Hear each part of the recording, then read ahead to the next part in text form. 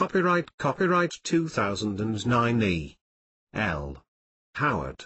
Introduction.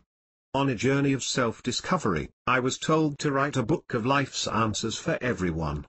Why do self-help books always have to be so complicated? Doctors or people with PhDs and years of experience in the psychology industry seem to write them. Why can't anyone be told to write, not only to help themselves in life, but to let others know how? You don't have to be a doctor, or anyone special, to find the unique path you can follow, leading to your own life meaning. Where are all these life answers now? Hidden in complicated literature and open to many different interpretations. Why? And why didn't the planner, God, creator, spirit or source, whichever you choose to use, ever make things simple and talk to us as was the case in ancient times? Surely we weren't always to be kept in the dark until we died? Well, my answer came. Not as a burning bush, but as a still small voice that came into my mind with a book called An Easy Handbook for Life. Why are we so separate from this planner? Nobody seemed to ever converse, and if they did, such as Neale Donald Walsch, Conversations with God in the 1990s, the response by most people was, "What drugs are you on?" This is what I was confronted with. 6. When I tried to tell people that I had been told to write a simple book that all people could relate to, just laying out basic questions and from the giving straightforward answers, help them to reconnect with me as we are one anyway. This connection came from sitting on a beach, staring out to sea. The waves relax the body and free your mind. Suddenly the words, "Why don't you write a book?" came into my mind. All I thought was, how could I do that?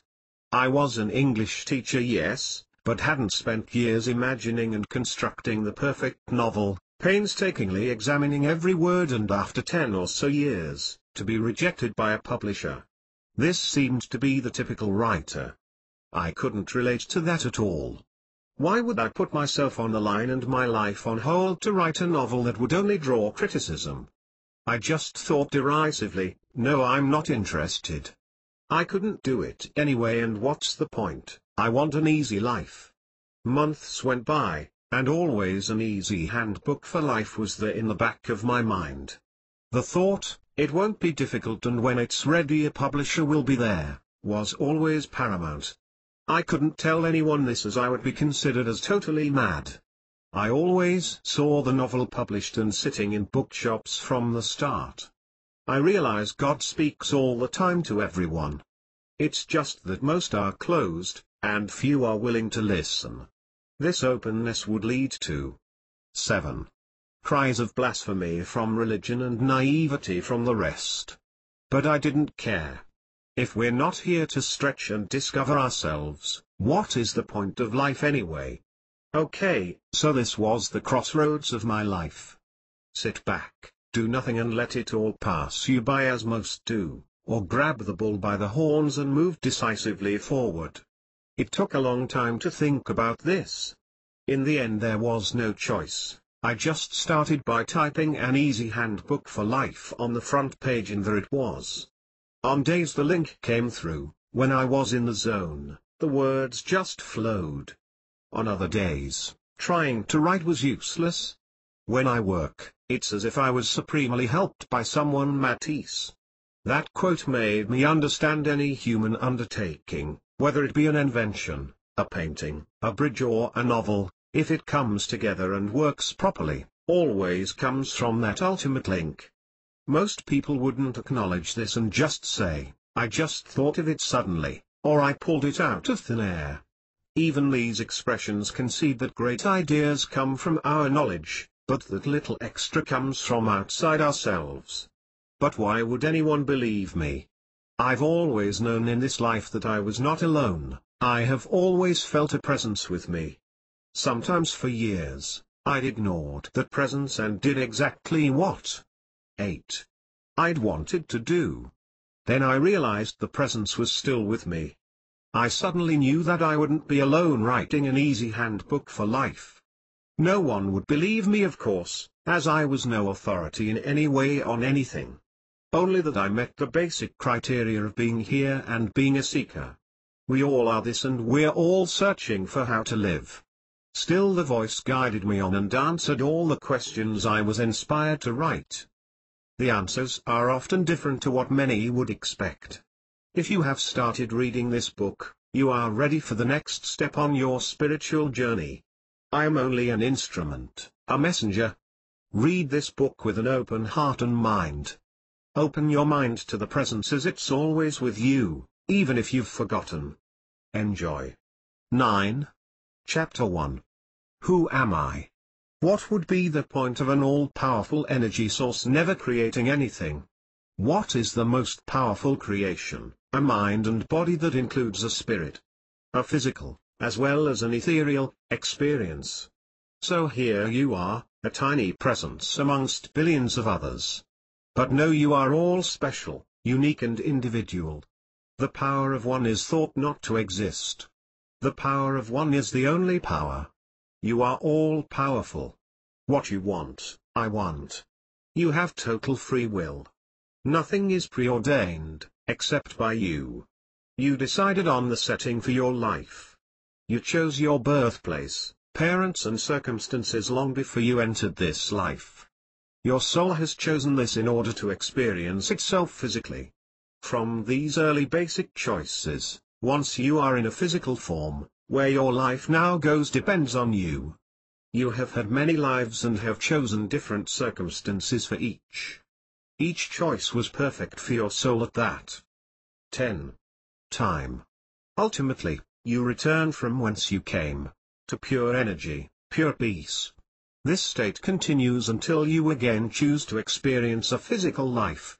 So often we flounder around in this life, never really making any decisions beyond allowing life to just happen haphazardly. If our parents want us to get a job or study at university, that's the way to go. We meet someone there who we like and get along with, why not get married? The relationship is as good as any other.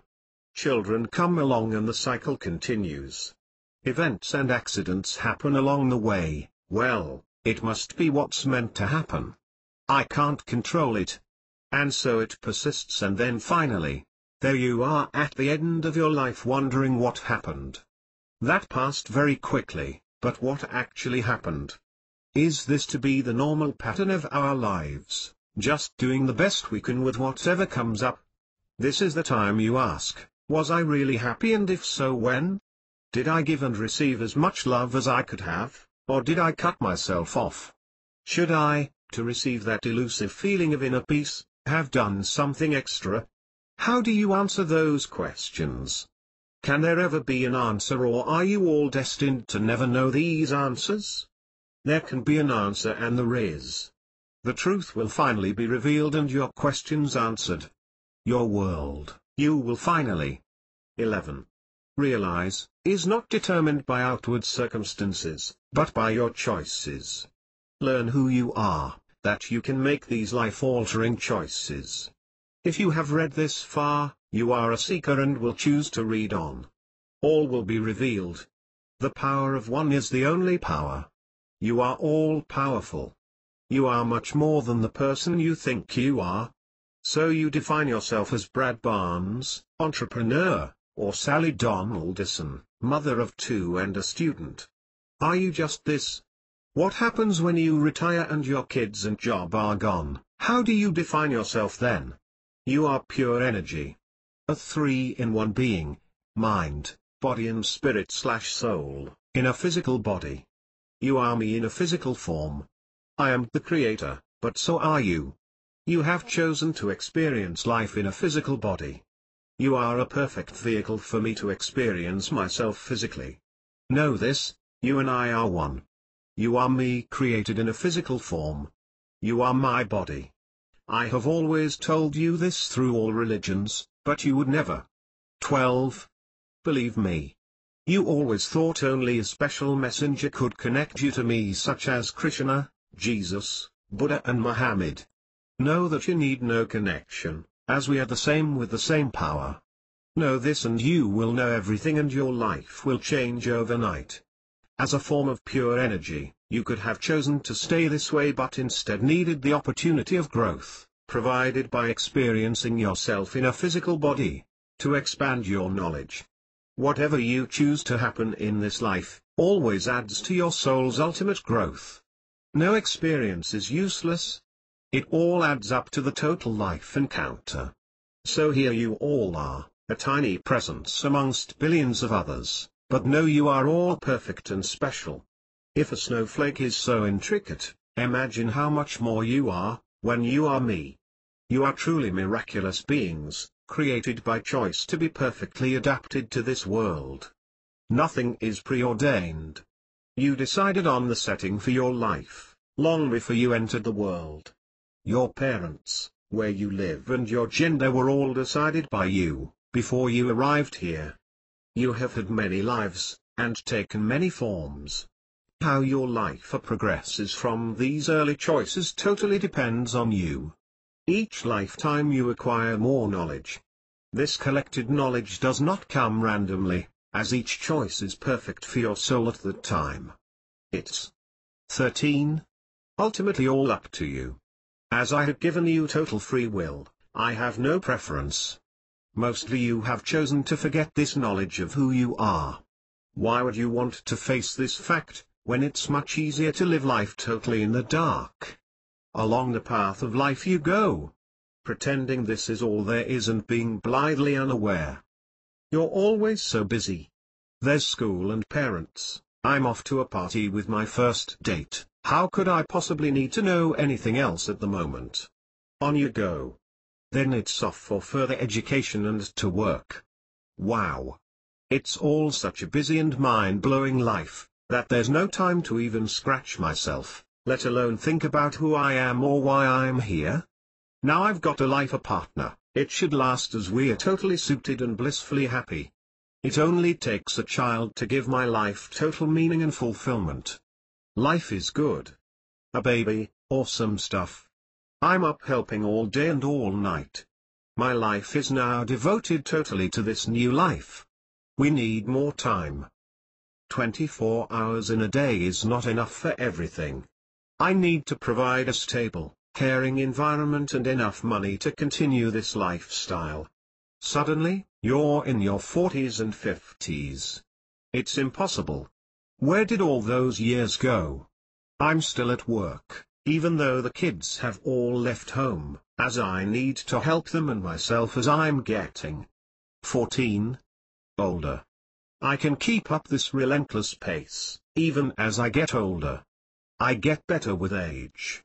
You're retiring next week. That'll be nice. Plenty of time to relax and take it easy. I can see old friends and do all those things I've always wanted to do. Help with the grandkids and renovate the house. It'll be great just not having to get up at 6 every morning. You're in your 60s and 70s. It can't be, but I'm still fit and healthy. I've got plenty of good years in me yet. No need to ever feel sorry for me, I'm enjoying myself and I'll be around for a long time to come. Thank you very much. What's happened? Suddenly in the midst of one of these life scenarios, a stilled voice rises, have you lived up to your potential? Is this what the meaning of life is? It must be, as everyone else is going through basically the same scenario. Do you believe that? Is the above all there is? You'll have to face this question sooner or later. Everyone does. Some end up with depression, the feeling that life has been useless and they feel lost. This is when you must give yourself a silent moment, and finally see who you are. Be a seeker, and don't live in a fool's paradise which no one can sustain forever. Remember me, God, that's who you are. I have told you many times through all religions that you are a being of light and energy. You are God in the flesh. Realize it and appreciate it. This is not religion, it is simply fact. The truth can be faced now or at 15. Your death, which do you choose? Choose now. All people on their deathbed, at the moment when they breathe their last breath, Instantly no. The full truth of life is revealed. Why else would they always die, with peace on their faces and a smile on their lips? Even if they have lived the most horrible lives, in death none of that matters. What you have looked for always in life, is never elusive in death. It is just there, the peace that surpasses all understanding. That is what you are always in search of, and always have been throughout life. Suddenly you realize the truth and know it instantly. Why hadn't you realized before what it was that was always missing in life? You thought it was a more fulfilling job, more money that was needed to create a better lifestyle, better relationships that were necessary. When all along it was peace that you needed. Peace was the necessary ingredient to create the missing link. Peace would have created more contentment, which would have led to more love and greater happiness. If you never know peace in life, everyone knows it in death. But now you know it's missing, why wait all your life to know it and find it? Start looking and choose it now, rather than at the end. Acquire it consciously, not subconsciously. Know this fact and your life will change. Get in touch with your spiritual self as you have limitless potential. There's no need any. 16.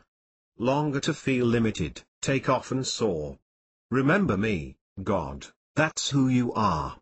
Suffering. If suffering isn't necessary, why did all the great messengers suffer in this life? The great messengers who came before, Krishna, Jesus, Muhammad, Confucius, Buddha, all chose a certain path that would best lead you to recognize who they were and follow their example. This was the path of suffering. You think these messengers all died thousands of years outside your lifetimes, but messengers still live today and are chosen to show the path. Why would I suddenly stop sending messengers? Do you think I have forgotten you? This age is one of skepticism and no one would believe any message. The religious leaders all would think it was impossible, as humans all should be humble and any messengers must be from their own ranks. The political leaders feel only they can change the world. Surely ordinary people couldn't allow themselves to be so easily duped and naive as to believe an ordinary person from among their ranks. 17. No, my messengers are still amongst you and my message is still the same, you are my body. The messenger delivering this is always hounded to death. It's too simple a message to be believed. What am I? Where do I come from and ultimately where do I go? You are made of pure energy, which has become matter. You could have stayed in a pure energy form, but instead you chose to come to earth and experience yourself in bodily form. In the form of pure light, you could not experience yourself physically and this is what you have chosen to do, as only in this way could you experience your acquired knowledge. Your soul needs this to grow. You have chosen your circumstances in this life, parents, nationality, gender, etc. But, know this, you have many lives and you take many different forms in these lives. Each lifetime you collect more and more knowledge. The only way to grow and collect more knowledge is by choosing a bodily form. Don't ever think you didn't choose your life. How your life progresses from these early basic choices depends on you. As you have total free will, I have no 18. Preference. After this life, you return as a soul from whence you came. This you call heaven, and it is where just energy, and no matter, exists.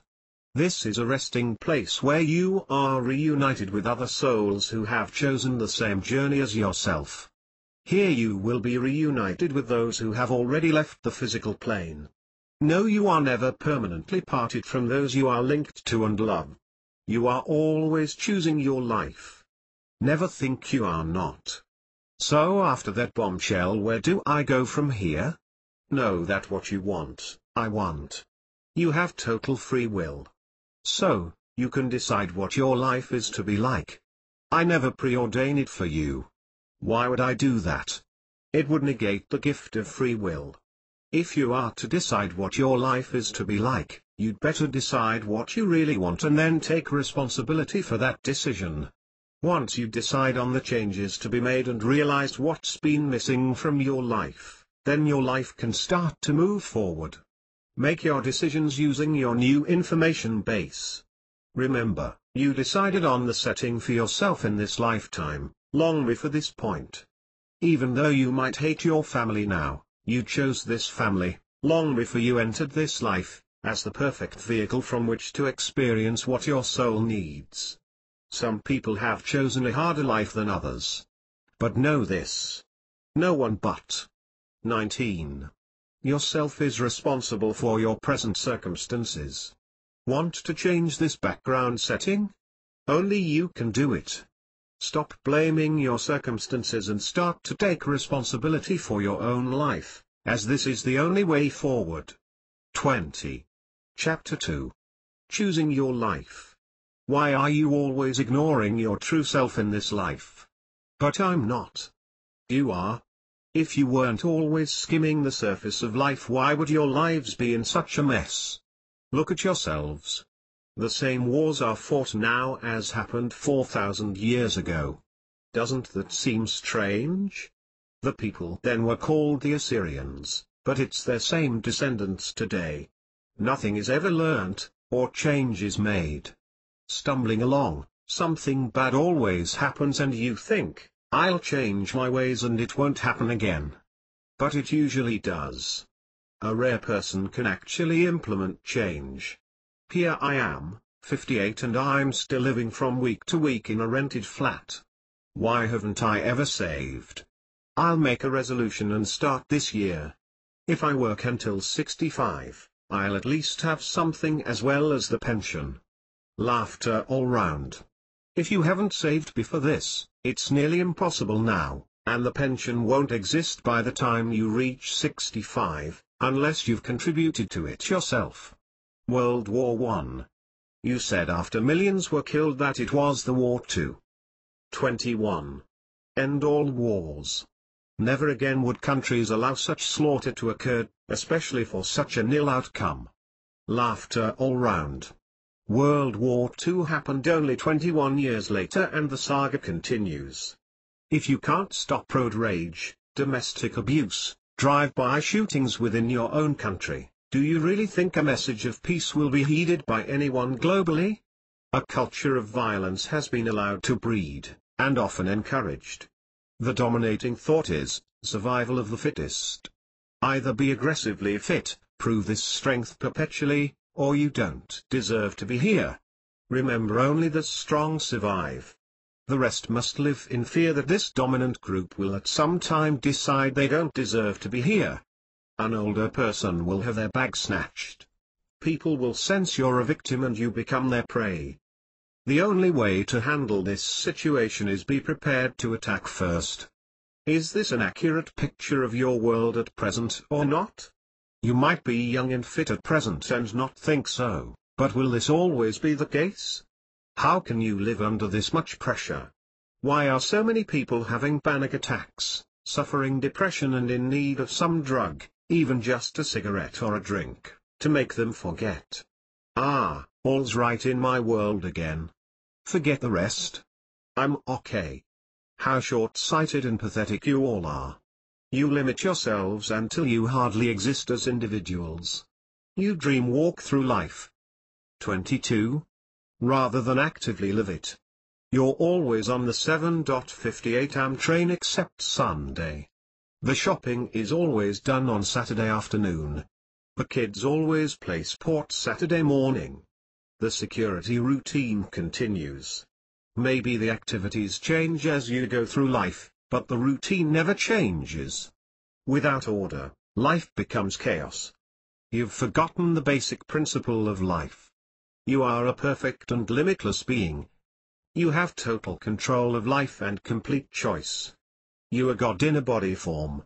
You can move mountains. Your life can alter overnight if you choose it to. Drop the small mind and stinking thinking of the negatives. Resolve to know yourself today, and in knowing yourself, you will be connected to the total universe. You're all there is, as you and I are one. Here you are living such a small life, when you could choose for your life to be limitless. Others need help as well. Where are you all? Hiding your true self because of fear? The only way things can change is by knowing the truth, and living that truth. Different religions have never changed your world, but if enough individuals opt for peace in their lives, and consequently live lives of love and happiness, things will change. No matter what you look like, this is only a camouflage. Underneath there is only the one, and that's what you are. Resolve to bring change into your life. 23. Chapter 3. Loneliness. What a terrible state for any person to find themselves in. Everyone has ties and attachments and need to be seen as having these. Wrong. People need love and are always searching for it. From birth a child clings to its mother and family. When leaving home, people cling to a best friend or partner. The only way for true happiness to occur now is to have a family, so you will never be alone again. Even if something happens to your partner and you split up, having children always gives you a friend and meaning to life. You'll always have someone in your older age who you are connected to and can call on. After finishing your career, you'll always have someone in this life who is yours, to keep clinging to. Wrong. The truth is that everyone comes into this life alone, and leaves alone. Cling as much as you like to someone, but ultimately this is the case. You are physically alone, but never really alone. I am always with you. Even alone and in your darkest hour, when you feel abandoned by everyone, I am always here. You can never be alone as there is only the one. You and I are that one, so ultimately we are all. 24. 1. So the word alone just becomes what it was meant to be, all one.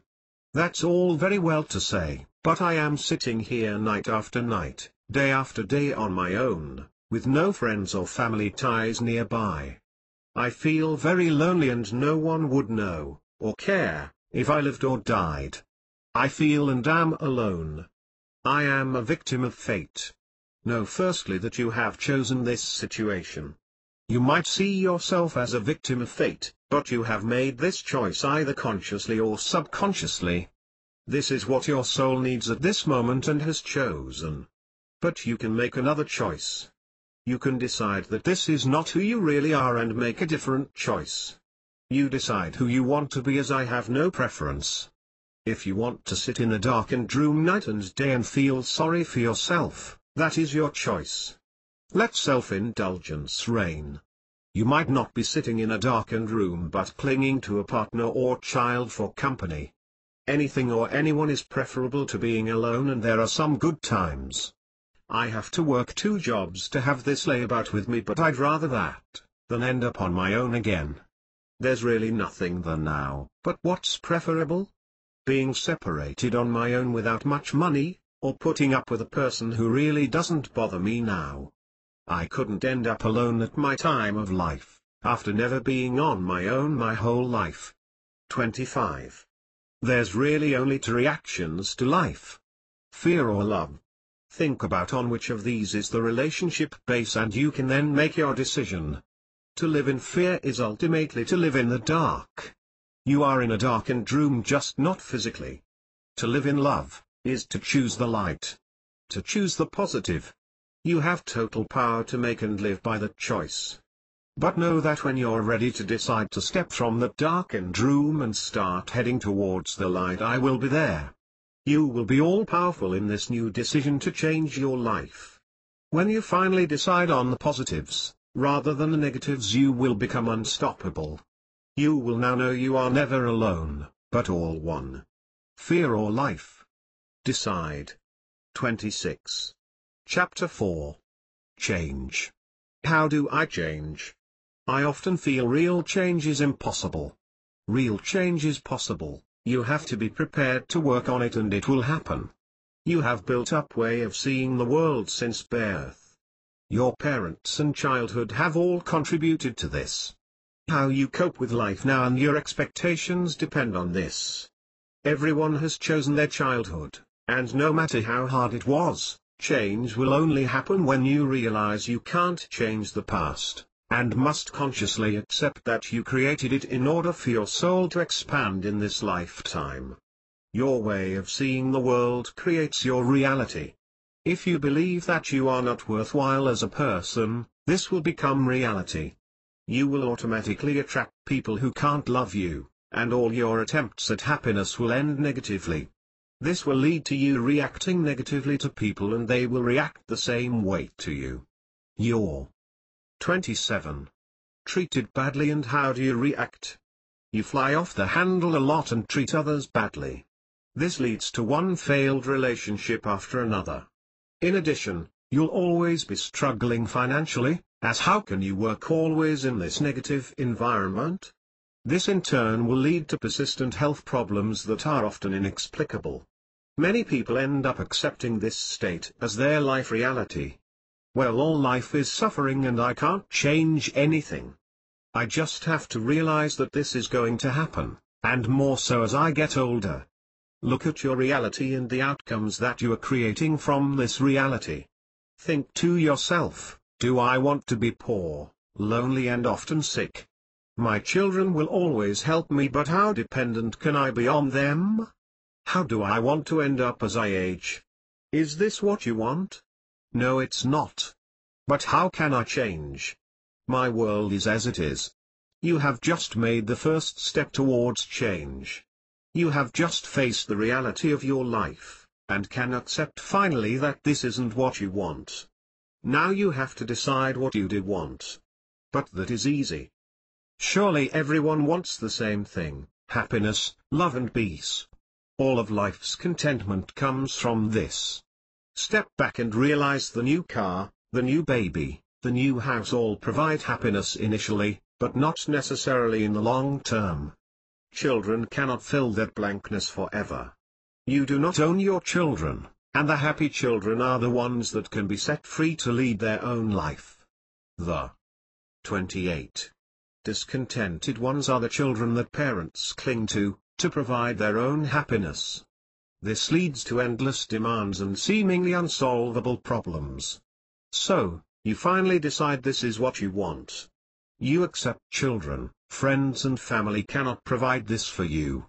Only you can do that for yourself. Decide to work on making yourself happier, more loving and peaceful, and your relationships will change. Suddenly people will begin to notice something. Comments will be, "You seem well. You look great. What's your new secret?" So, let's work towards getting these comments. Don't be attached to the drama of life. Know you are creating these situations. How can a negative mindset create this chosen positive life? Stop focusing on what you don't want and concentrate on what you did want. Concentrate on being poor and you always will be poor. Concentrate on past problems with family and friends, and the problems will always reoccur. Thinking about problems creates more problems. Become conscious of why these problems are always happening to you. Suddenly you'll be aware of yourself creating them. People are reacting badly to you because of how you react to them. You are creating this misery. Why do you want to create this situation? You are me in a physical 29. form, creating your world through your own choice. You are the one with total power to create what you want. Why do you always make the worst possible choices? What choices would a happy person make? Happiness is not based on blame, but responsibility for your decisions. I want you to be happy, loved and peaceful. Know that always when making a choice. I have given you the perfect environment in which to create your perfect world. You chose the drama and unhappiness. But know the power of one is the only power. You are all one, and if enough opt for change, and this change is to be positive, imagine the outcome for the world you live in as well as yourself. The power would be limitless. Calm your troubled mind and focus on what you want. This will generate solutions to your problems and always drop positive thoughts into your mind. Instead of, "I can't find a partner," think, "I am a loving person capable of giving and receiving love." Someone will turn up if you focus your thoughts on this continually. I'm always broke. No matter how hard I work, I'll always be poor. Think I am worthy of receiving everything that will contribute to my happiness. I know that you need material things and money in this life, so why would I withhold them? It's your choice. My life's so hectic. How would I ever have the time to concentrate on changing anything? Think. Mind space generates objectivity and consequently solutions to problems. An overcrowded mind will just lead to worry and more stress. Then allow yourself to have that space. 30. How can a negative mindset create a positive life? Focus on the positives. Sleep. Insomnia is surely the curse of modern life. Millions of people end up taking sleeping tablets. These lead to a masking of the problem. A sleep of sorts occurs but not a restful sleep. A dependency develops. Fear takes over. If I don't take a sleeping pill, I probably won't get any sleep. I need sleep. I've got to stay on them. Long-term use then creates a hangover effect. A person has slept, but still doesn't feel rested. This continues over a period of time and a persistent depression takes over. I've got to take sleeping tablets to function, but I'm starting to feel depressed from them. It's a continuing spiral that's leading me into feeling that my life is getting out of control. The depression continues until the person mentions it to the doctor when next getting sleeping tablets. The only course open leads to antidepressants. So then the person becomes a patient. Anxiety has led to high blood pressure, which has to be constantly monitored. This then leads to depression and abandonment of good eating habits. I just can't think straight anymore. I can barely function. I'm on antidepressants and constantly in need of medical help. I'm trying to cope. 31. But it's getting harder and harder. I just eat on the run now as I am too tired to shop and eat properly. I suppose everyone is the same. Life is meant to be difficult. Of course, the next step from here will be more health problems, including obesity and diabetes, until life becomes a total nightmare. Trying to bring some order back into your life from here becomes more and more impossible. It's becoming just a constant treadmill of doctors, tablets and trying to escape your ever-darkening thoughts. Work and coping with children and or a partner are nearly a thing of the past. Help. Does one of these scenarios sound like you? Or do you fear it could be you not far down the track? Step back now. Say to yourself, I have to do something about this now. Stop. But what can I do? Things have already gone too far. I can't deal with all of this on my own. I need help. You can do something about it.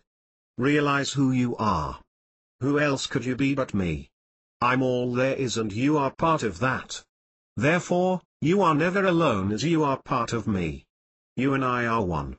You will never be on your own to face anything bleak again. I have chosen for you great happiness, love and peace. YR. 32. You choosing depression and so much unhappiness? You think it's not you, it's just circumstances and so it's out of your hands. No, it's not. You are making this choice. Look at yourself and ask why. Contemplate the why. You might need professional help to solve it. Maybe it's some long-standing frustration, an unresolved childhood problem, or allowing anxiety and tensions to build up at work and home. You have allowed these long-standing problems to fester. Resolve now to make moves to solve them. These might start as tiny steps.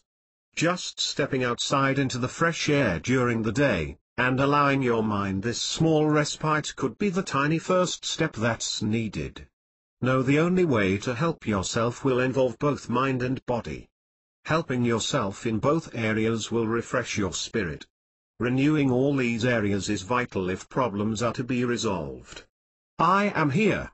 I am your unseen partner, and the only way you will have the strength to set your whole life force back on track. This is faith. Faith is all you have to overcome fear. Without faith you cannot even get up in the morning or go outside the house. Life is faith. This is where you must change your life energy from negative to positive. Start to deliberately check yourself for 24 hours. Instead of speaking negatively about yourself, family, partner, work and the future, think of the best possible scenario for all aspects of your life. Try speaking with love about people just for a day, and 33. Restrain your anger directed at those close to you for just this short time. This will be difficult to start with, as being negative and the resulting feelings related to that have become a habit. Just tell yourself it's a short-term experiment and restrain these thoughts. After speaking positively for 24 hours, keep going for a week. If you revert to being realistic during this period, allow it to happen. Then be objective. Isn't being realistic another way of saying you're being negative? People delude themselves by allowing negativity to mask as realism. Continue to feed your mind with these healthy, positive thoughts, and you'll gradually realize that things are working out better for you than they were before. Yes, you're still not sleeping well and taking the tablets, but you now want to eat better and you are feeling generally a little better within yourself. Continue working on the mind with a constant inflow of positivity, and this constant inflow of help for the mind and body must be ongoing. It will take effort and practice to overcome a lifetime pattern of pessimism. The mind and body must be distressed and rebalanced through time and effort. This will happen using the following simple lifestyle additions. I have chosen for you an abundant life, full of happiness, love and peace. What are you choosing? 34. How can that inner soul become the outer person?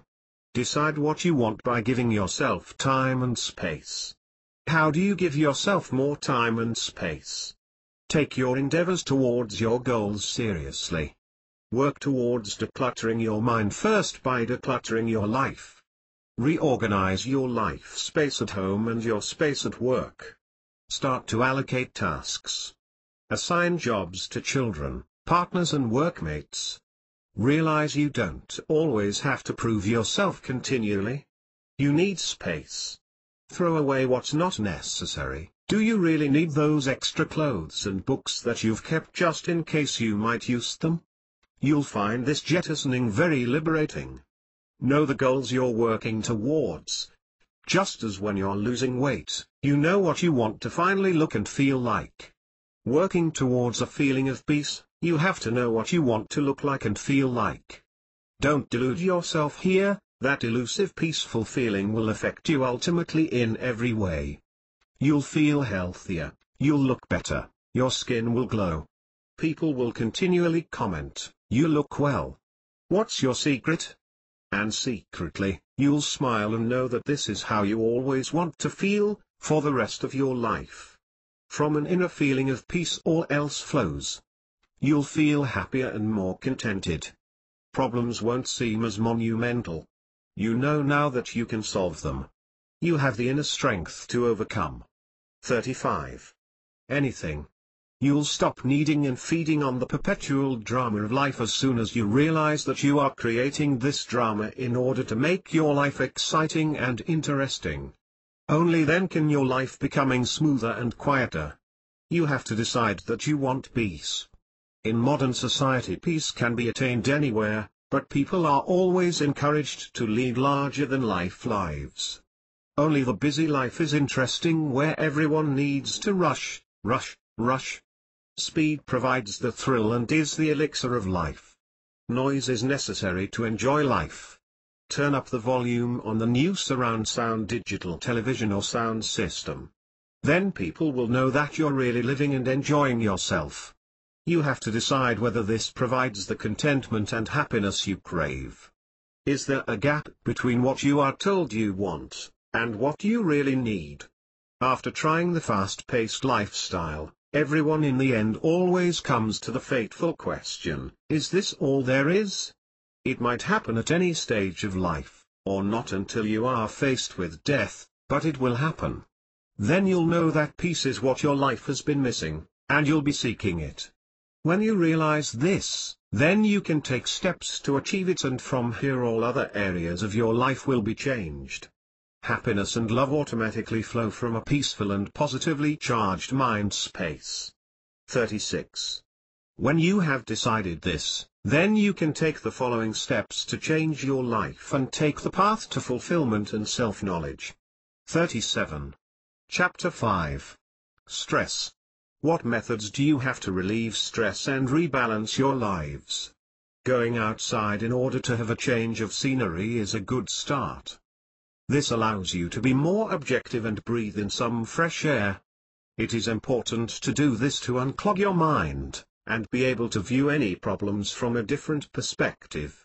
This should help, but often the problems come back with no solutions as soon as you return. Drinking and drugs. Often the only way to forget your problems for a time is taking something to numb your thoughts. What a night! We tried everything and it did work for a while, but all the problems are back, still without a solution. I obviously need more of the same constantly, and that's the only thing that might work. I might end up as an addict, but at least the constant worries and voices will stop.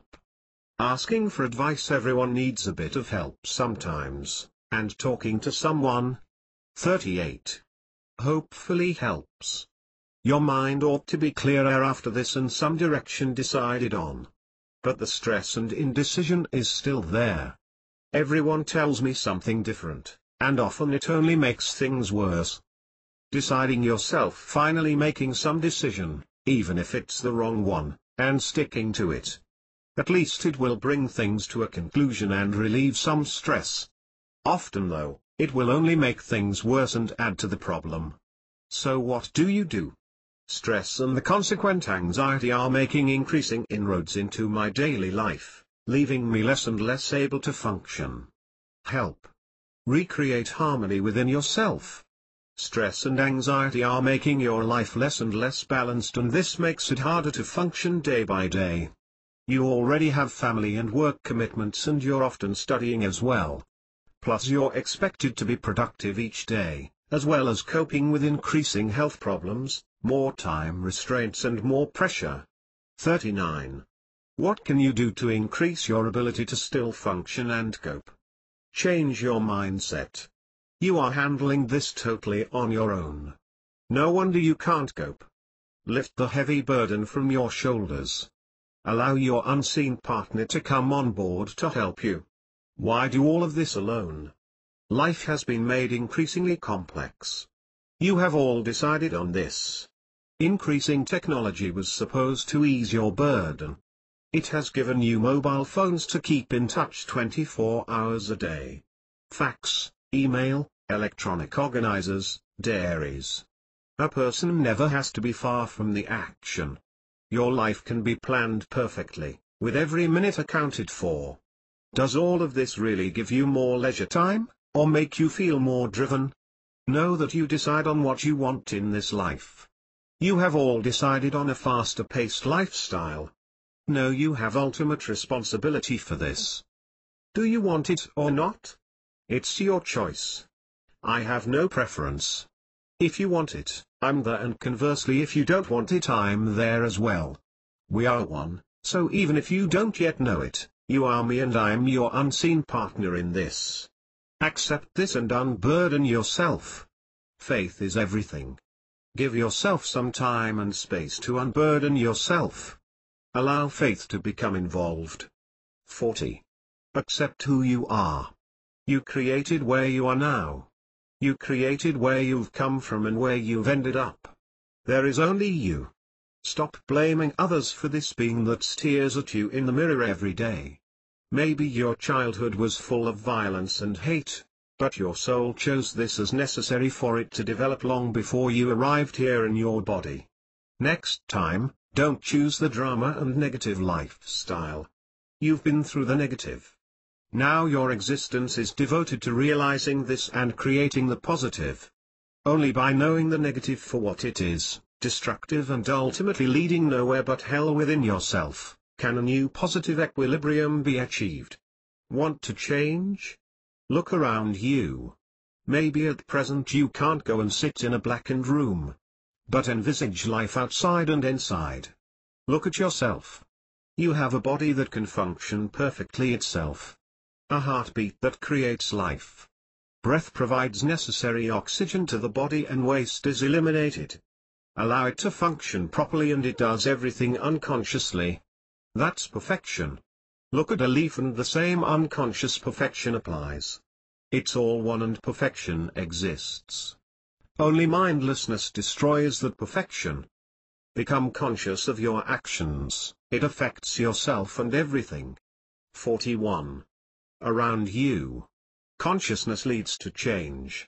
There are more things in heaven and earth. We are just remembering this through string theory. How many dimensions are there really? 1. String theory has already verified the existence of 26 as a minimum. Open up your 1001st to the possibilities of discovery.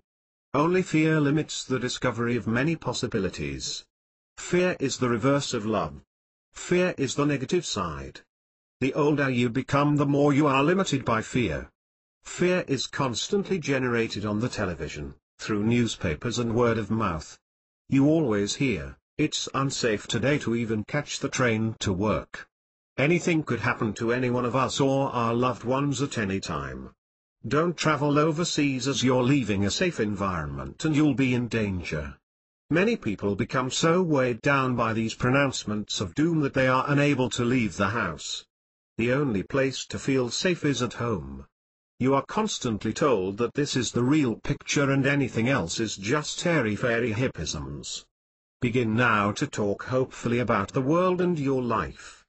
Begin to assess realism. Talk hopefully today about life.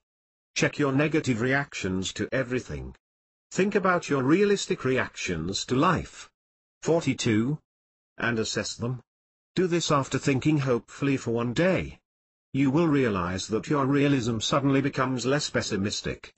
There is a small light at the end of the life tunnel. The objective is there less or more danger today than there was in the 20th century? During this time there was a constant threat of world war, nuclear catastrophe and share market crashes, and all of these threats actually happened. Are our times better or worse than this? How would you cope with the above? During these times most of the world was bombed or nuked into oblivion. The world recovered. Ask yourself now, can a better world be created and how? The first step is to change yourself. Create a better space for your mind which leads on to your soul, and you will suddenly know there is not just you. There is me, which is you, which is me. The first step towards a better world is to change yourself. 43. Chapter 6. Peace. The other great curse of modern life is surely lack of peace. Many people believe they don't even want peace. This place is so peaceful that I am totally bored. I'm looking for action and a faster pace.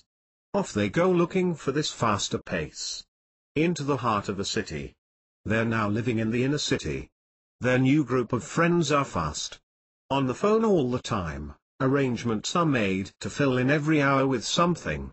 Otherwise, how do you ward off boredom? Drink more, party more, and of course during this drugs can become involved. To keep this up, I need speed/ice. On that I can live life to the full, 24/7. That's what I want. On life goes. The inevitability of burnout occurs. What else could happen? No sleep for days. No inner peace. Constant demands, stresses on the body. Months go by, leading into years, but the inevitable happens. Collapse or suicide. The voices start in your head. You can't get rid of them in the end. Conflicting emotions. A shower will help, more drugs, a drink after work, it goes on and on. I can't. 44. Go on like this. I feel as though I have lost my inner core, my spirit. What happened to the peace that was despised? If you only had 5 minutes of that, you might be able to get your head together enough to overcome these problems. Why can't I remember what it was like, and how can I regain it? I'm losing it totally. Help. I thought I loved this person. I wanted this child so badly, But the screaming and constant demands are getting on my nerves. What's wrong with me? I took this job and really was looking forward to it, but now I could hardly wait to retire. But what's happened to my direction? I've lost it. Help. Lack of sleep and lack of peace go hand in hand. If you have no peace within yourself, how can you expect a good night's sleep? Your mind is constantly in turmoil. How can this lead to a restful night? Masking this lack of peace with tablets only leads to more and more problems. Life in this world is one of little peace. People have chosen a faster-paced lifestyle. People have to contend with their own lack of peace, which includes family problems, children, spouses, parents and demanding friends, as well as lack of peace externally. This includes other inconsiderate people who affect that person, such as bosses and noisy neighbors. The list goes on to include highway noise, aircraft noise and 45. General city noise. Not to forget constant phone calls that now never stop, emails, faxes for work and personal demands. How can peace ever be achieved with all these? Look into yourself. Can you really be the perfect person? Realize many of these demands are placed on you by yourself. Whoever said you had to be perfect? You did. Whoever said you had to carry around other people's burdens as well as your own? You did. A crisis has developed where you're called in to reassess what you can do and still be a balanced person. You want to restore peace within yourself. You're falling under with these burdens. You need to become selfish. If you collapse under the weight and have a breakdown, you won't be able to help anyone anyway. You need breathing space now before that happens. Concentrate on how you need to do this. Prioritize. Scale back the workload, cut back the commitments, turn off the phone at a certain hour. Take on an unseen partner here. Me. I'm you anyway, so why not take on my help? My priority is for you to be peaceful. Why wouldn't I want to help you work towards that end? Finally admit who you are and peace will be yours. Does peace equal boredom? If I choose to become a centered, peaceful person, will I be choosing a life where nothing ever happens? That's what I'm afraid of. I don't. 46. Want to be living in the country, gazing at my navel all day? Stop. Even though you don't realize it, you can have both. A peaceful, balanced mind can go with an exciting, ambitious life. Why do they have to be the opposites? What you're not taking into account is that a balanced mind can see the bigger picture of life. It can make the tricky decision safely, after weighing up all the pros and cons. It can step into an empty breach, when all else are panicking, and take control of the situation. This situation will then be tipped in the right direction. An overburdened mind that panics will rarely make the best choice. Later, after the heat is off, under objective reflection, this will become all too apparent. Unfortunately, the responsibility must be taken, and the results can be disastrous for all parties involved. Being seen as a steady guiding hand, in business and at home, will always lead to more and more responsibility and the corresponding increase in rewards. This then results in a more exciting life, and more satisfaction in all that you then undertake. Just a warning. Keep that mind peaceful and centered, so you can continue to be able to delegate tasks, and differentiate between the more and less important in life's tasks. All peaceful minds must know when enough is enough, and when the brakes need to be applied. If you continue to be a superhero and not allow time for peaceful respite, all minds will collapse eventually under the pressure. Balance. 47. Throughout the whole of life is what's important. The peaceful spirit becomes the lone beacon on the shore. The floundering ships will head for that beacon. Instead of people being attracted to your new hairdo, new clothes or spendthrift ways, a balanced mind needs no advertisements. People will automatically come to you for a right decision, a bit of respite after a busy day, a guiding hand along the path of life. Be careful. as a peaceful spirit will attract all that you seek. People will notice a gradual change in your demeanor. A new light will be in your face, and you will appear more carefree. You'll be taking control, rather than being the pawn that gets constantly moved to where you don't want to be. You will become the person who decides where you want to be. People will automatically seek you out and ask advice. They look for your company and you will definitely appear as the lucky one. Don't let the lone beacon be swamped, and use your new confidence to distinguish between the right and wrong way for you. Trust your intuition and continue to follow that path. Continue in your search for peace, and allow peaceful scenes and thoughts to enter your mind throughout the day and night. This will lead to a peaceful haven within you, even amongst the busiest scenes of life. That haven leads to restful sleep and a peaceful mindset that can be returned to at any time as needed. 48. Go forward in the way of peace that leads to lasting happiness. You deserve it. Peace is the missing ingredient in your life.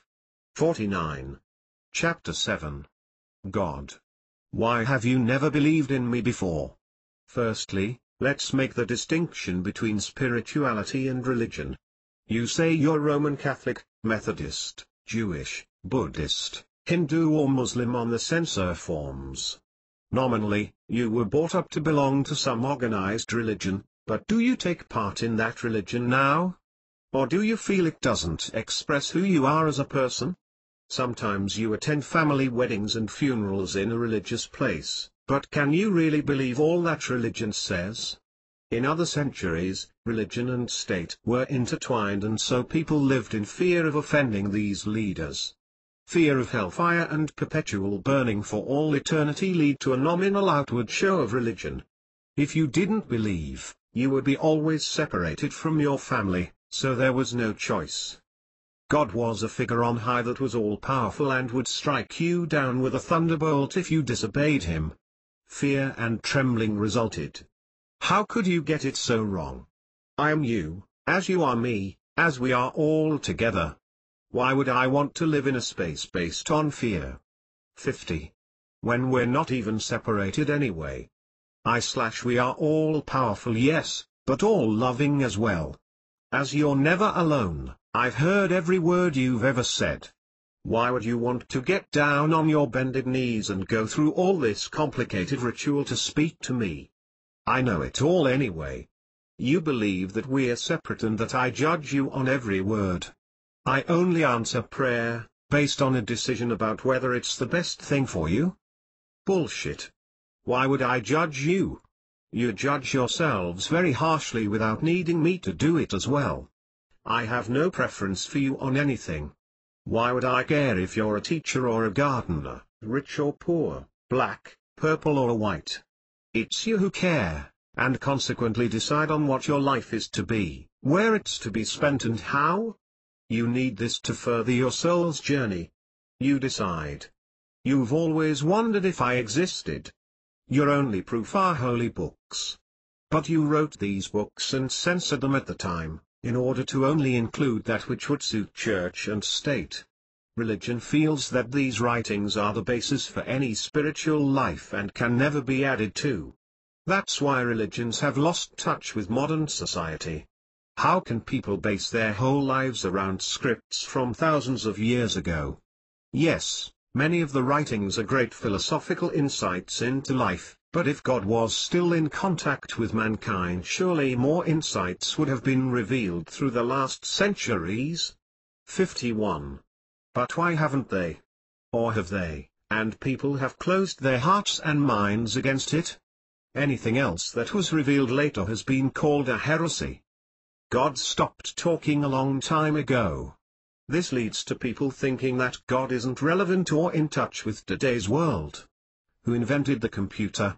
Where did the thought of the internet come from?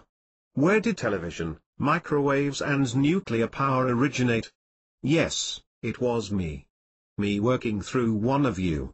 I'm still well and truly here, and don't you forget it. I couldn't allow you to fumble around in the dark forever. You wanted your lives to be more comfortable and easier. Well, I knew how. You decided on it, I just told you how to do it. Easy. How you use these inventions now is up to you. The galaxy. New planets are continually discovered by training the telescope on a patch of sky far across the galaxy. Planets have been found that can orbit their stars in only 10 hours. This means the orbits are so close to their stars they are heated to more than 1600 degrees. If their home stars were any bigger, the planets would evaporate. 52. As yet, scientists can only marvel at this information and what it means. But more and more they realize many marvels can exist for whatever reason. And exist they do. They have achieved their own balance which prevents evaporation. The results, astronomers said, confirm planets occur across the galaxy with the same frequency that they do in their neighborhood around the Sun. Potential planets will now be found in ever-increasing numbers. In fact, there are literally billions of planets in our galaxy. Think now, of what is a galaxy, and whether it is possible to have more than one of them. Is everything really finite or infinite? Are humans within these infinite possibilities really alone? Are these new planets constantly being found always uninhabited? Surely all of this didn't occur randomly and on its own? Why is there always an equal and opposite reaction, a return to balance? Balance is the key to life. We need a huge number of unusual events for a single-cell life to evolve. When I look into space there is no explanation for what I'm seeing. Professor Ian Pilmer. Run, but you can't hide. Remember there is only me anyway. You cannot forget me, as I am your every breath. So there. 53. Every religion admits that everything in life emanates from me and is given by me. That includes you and your world. As it all comes from me, it's perfect. It couldn't be anything else. The only imperfection is your choice. How could you experience life if there was no imperfection? Okay, you chose imperfection and now you live with that choice. The power of one allows you to change your choices, remember? How do you want the world to be? You decide. So everyone is pigeonholed into an organized religion. Every religion is different. Wrong. How can it be when it's all supposed to lead directly to me? No one could get it that wrong. Why then is the world so mixed up if I'm in control and religion is organizing things? Firstly, you're in control of your own life. Therefore, if everyone is in control of their lives, and choices are being made perpetually about what people want their life to be, you're in control of what happens to you. The bigger picture is that you ultimately control this world, as you have free choice. Individually or collectively, you're all making the choices as to how your world is to be. Collective consciousness comes into play here. Better quickly decide how you want things to be, as this ultimately decides how things become. I am you, as you are me, as we are all together. 54. The only way for change to occur collectively is for it to happen individually. People need to be selfish and work on themselves and what they want their choices to be. If enough look within, changes can occur without. If you look within, the wrong choices will be made time and time again. Things will never change and people will believe that they cannot either. Can the world change? Only if enough people see there is a need for change, and are prepared to change themselves. Don't be ashamed of selfishness. Work on yourself first. Then people will start to notice a difference. Secondly, there is a difference between religion and spirituality. Religion is organized by a group of people, whereas spirituality is within the individual. You can decide to be spiritual without necessarily being religious. Don't allow yourself to believe you are separated from me. Always remember who you are. Spirituality is never separate. Religion can be. Spirituality comes from within. You have always known the truth. You just have to remember it. People need to work on their spiritual life now. Only by being selfish and working on yourself spiritually can you ultimately be less selfish within your life and the world. At your core there is always a loving, happy and peaceful soul. Only from within can change come from without. Want it, you've got it. 55. Chapter 8. Practical Methods of Self-Help. Let's firstly look at what you really want your life to be like. How do you achieve a secure mind base from which to successfully function within this life? Yes, there are certain things you want to achieve at each age level, and to be able to do this the inner turmoil and feelings of inadequacy must be overcome. Today, everybody seems to be living on nervous energy. From the moment the alarm goes at 6:30 am in the morning, stress starts to accumulate. Your body tenses at the sound of the alarm. Straight to the shower and into some clothes. Then food and drink is necessary to kick-start the body, so these are hurriedly consumed. Often others need to be helped to start their day as well.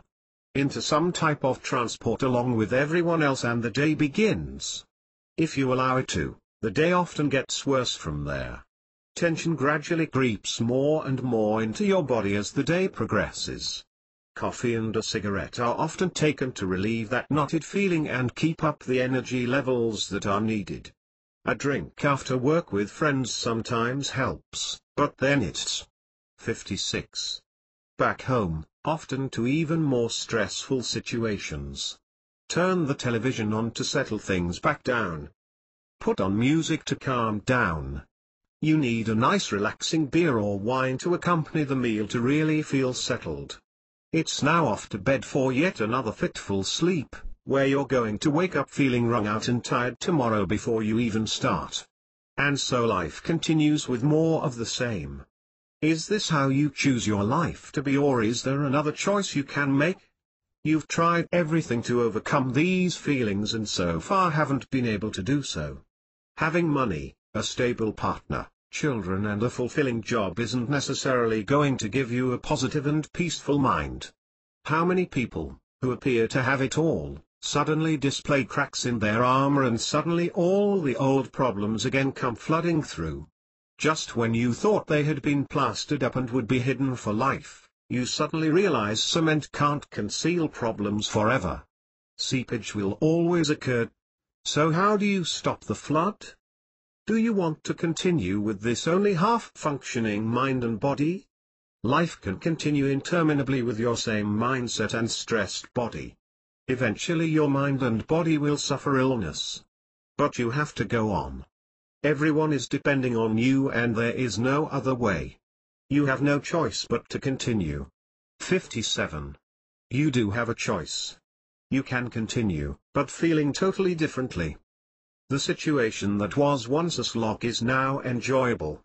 The body that was becoming diseased is healthy again, and the mind is feeling relaxed and able to cope with anything. How is this possible? It's not just possible, but it can start to happen from today onward. Is this what you want? If so, find out how to let the changes begin.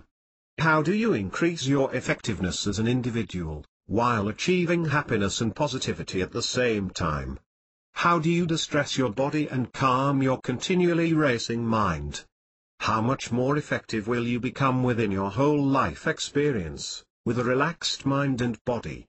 The change will alter relationships within your family, within the wider world, and most importantly within yourself. Begin to accept all aspects of you first, and then the changes without will automatically take place. Know there are definite ways to go about this, and by using and applying these workable techniques, you will change and get along with yourself and others much better. If you want to become fit, you're prepared for a bit of effort and to set aside some time during the week. As with your body, the same applies to your mind, and then your spirit. Set aside 10 to 15 minutes a day for the next month. Be serious and realize nobody is so busy they don't have, or can't make, 10. 58 minutes a day for themselves. Get up 10 minutes early, or go to bed 10 minutes later, after the children are asleep. Yes, you do need sleep, and sleep is vital to your well-being, but these techniques will only improve and enhance your sleep. More restful sleep is needed, rather than fitful sleep, which is your usual sleep pattern. This 10 to 15 minutes a day will change your life in that you will begin to finally take control. This will result in more contentment everywhere in your life, at home, at work, with friends. You will be happier and healthier in every aspect of life. You will not just have a more positive attitude to yourself, it will overflow into all aspects of your life.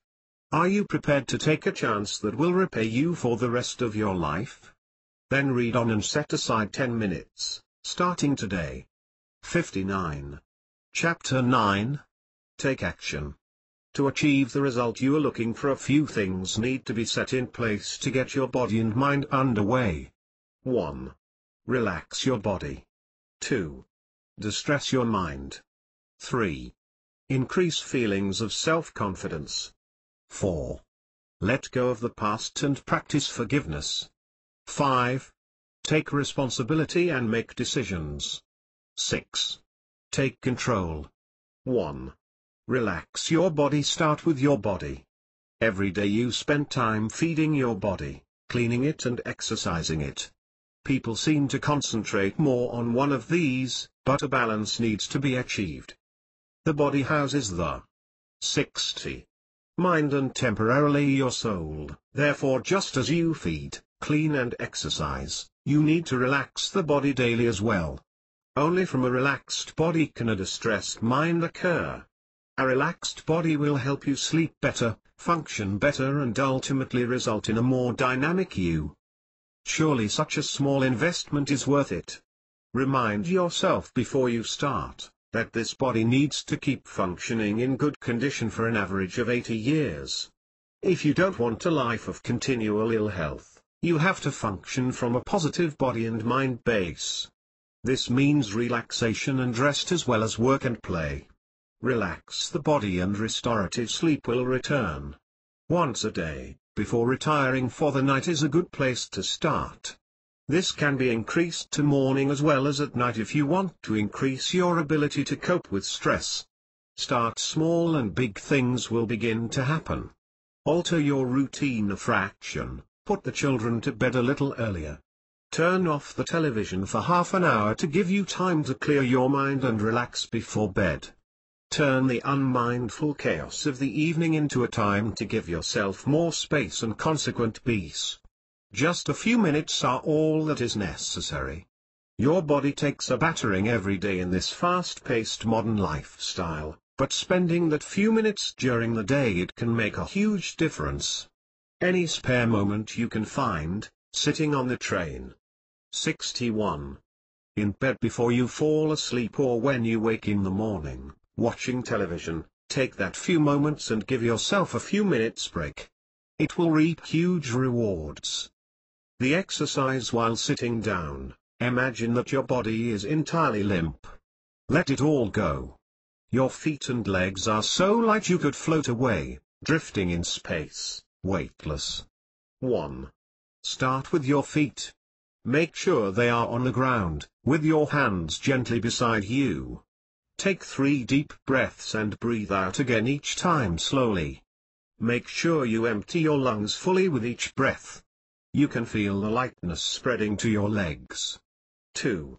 Then lift your left ankle and circle it, letting it fall back gently to the floor. Do the same to your right ankle. Easy does it. 3. Now you're ready. Raise your left arm and let it fall limply on your knee. Do the same to your right arm. They've both fallen limply on your knees. Your body is slowly relaxing and the tension leaving. 4. Allow your head to circle around your body to the right and 62. Then to the left. Then let it hang gently limply down. 5. Take 3 deep breaths, exhaling each slowly, totally emptying the lungs each time. Feel as though you are gradually getting rid of the problems and frustrations of the day. 6. How is your face feeling? Is it still taut or screwed up? Gently relax those face muscles along with your eye muscles. Let your eyes open and shut 3 times. You are feeling relaxed. Every taut muscle is slowly easing. 7. Remember who you are. You are me in a bodily form. I am now showing you how to relax and be at peace. Slowly repeat those words: peace. Be still. You are now feeling the healing touch of this peace throughout your body. Every part of your body, throughout every muscle, there is a peaceful renewal of energy and total relaxation. 8. You are now renewed and feeling totally relaxed. Enjoy this feeling as you know that this will increase your energy levels and positivity. You will arise feeling rested and renewed. 9. Give yourself a few minutes holding this thought. Then arise slowly feeling full of energy and refreshed. 63. This prescription can be filled night and morning. Feel the peace and healing power of this peace throughout your whole body. 2. Distressing your mind after the body. The mind needs to be looked at. After all, how can your body feel at peace when your mind is a seething turmoil of fears and frustrations? Unresolved conflicts swim around in your brain, along with thoughts of anger and powerlessness. Your body displays unconscious restless movements, such as feet and hand tapping. So how can you possibly be at peace in any way when this is constantly happening? Your mind carries a swollen mass of thoughts and emotions. Learned habits, predictable outcomes, masses of swirling daydreams and thoughts. Why is it that the outcomes of your actions end up in the same place? It's so predictable. At the outset happiness reigns, this time it will all work out well and there will be a happy ending. This time. Looking back, that's what you always think, and here you are once again looking at the final results. It's unhappy and not what you want. You can't believe this has happened again. What can you do? Let's work on distressing your mind. This exercise goes with relaxing your body. Both need to be practiced for a balanced technique which will lead to total relaxation of body and soul. 64. 1. You are back in the chair with your feet touching the ground and your arms hanging limply on your knees. 2. You are breathing again in and out. 3 deep breaths will as before. Hold these breaths to a count of 5, and then make sure you totally empty your lungs when you breathe out. 3. Focus on your thoughts. They are rushing through your brain at 1,000,000 miles an hour. Consciously calm that raging sea. Feel them subsiding until the waters are now placid and peaceful. They've become a quiet lake, not a sea. Or mentally sit on top of a mountain and watch them all race by below you, deliberately not thinking about anything, just letting it all go and have no effect on you. Just watch, and those thoughts will gradually slow and your mind becomes empty. 4. Now think of the most beautiful places you have ever seen. They can be next door, or halfway around the world. Here the waters are still, the trees swaying and the birds chirping. The desert could be singing its lonely song, or the oasis radiating its calm air of plenty and security. This is the place for you, where you can return at any time throughout your busy day for strength and renewal. From this scene know that you are meant to be, and can. 65. Be a peaceful being. Keep this scene in a place in your mind to pull out any time you need to settle, quiet your thoughts, and focus. 5. Realize who you are. You are no longer a helpless and lonely person. You are God's body in the flesh. You can control your life now. Let go of the drama and unhappiness. This you created as you felt you needed excitement in your life. It's only brought you pain and unhappiness. This angry, complex existence can be replaced by a simple, happy life if you choose for it to be so. Choose peace and you will have it. 6. Whenever you feel stressed throughout the day, remind yourself of who you are, and return to that peaceful place you created. This place will renew your energy levels and recharge your battery. By choosing peace instead of stress, the dramatic situations will become less and less, and you will be able to cope more and more. The feelings of helplessness will be gradually replaced by feelings of control. Just close your eyes for a second and remember who you are, and where you choose to be. 7. Peace be with you. You are now ready to move on, ready to move forward. Ready to do what it takes to turn your life around. You want your life to become 66. Positive so you can interact more lovingly with your family, have more friends and get on better with people socially and at work. You want to go from being a bad person, a taker, to being one of life's good people, a giver. As you have chosen your life, being good or bad is totally subjective. But being a person who always takes what is offered and never gives anything back is the definition of positivity and negativity. Your goal becomes what you want to be. One of life's givers. When you can start to give back, happiness automatically follows. You've finally realized that you need peace in your life. Some sort of feeling of contentment within yourself. Some way that you can feel solid enough within yourself to springboard into life. To realize what you actually need is the first major step. Even if you only have a minute sitting in a chair, you are just consciously loosening the knots within your body, from letting your head hang loosely for a moment, to resting your legs and arms and heading to that peaceful place that you created, cherish, and remember so well. Peace. Be still. As you practice these exercises, you will gradually start to feel more rested, not as stressed and more refreshed. With being more relaxed you will cope easier, focus better, so at the end of the day you don't have to take piles of unfinished to-do lists home with you. 67. You have made your first important steps towards a better life for yourself and all those around you. 3. Increasing feelings of self-confidence to become a giver means putting yourself first. This sounds like the ultimate selfish act, but is necessary for change. If you always focus on what others need and want, ultimately this leads to thoughts of powerlessness and resentment. Between you and those you love, a pattern has been established over many years. Power has started with parents over children. Hopefully, this power has not been wrongfully used and clung to as the child grows towards adulthood. By this time, some sort of balance ought to have been achieved. The child should be able to move into their adult life unencumbered by feelings of guilt, and a new neutral, balanced base established within the family. Often the child grows up with feelings of deep unresolved conflict towards the period of their lives. If these feelings are not resolved, that person will have a distorted map of reality. This dysfunction will lessen the person's ability to cope with reality and stress levels. A flexible and safe childhood leads to a greater ability to cope with change, and adjust to the changing circumstances of life. Resisting life's reality due to unresolved childhood problems leads to 68. Suffering and needless grief. This resistance will eventually lead to behavioral problems within that person. At one end of the scale these problems appear as addiction, while at the other end they appear as apparently milder personality problems. Both have the same root cause. The result depends on how each individual reacts to a certain trigger. Why does God want me to be ill? I don't know this.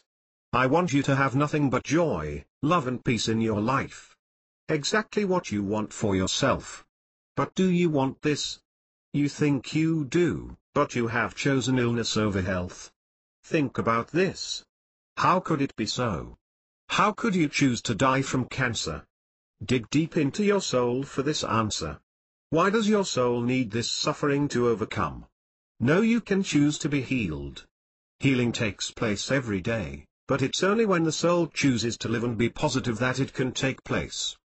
The further you progress in your learning, the more you realize that suffering in your life is not necessary. You can ask to be healed.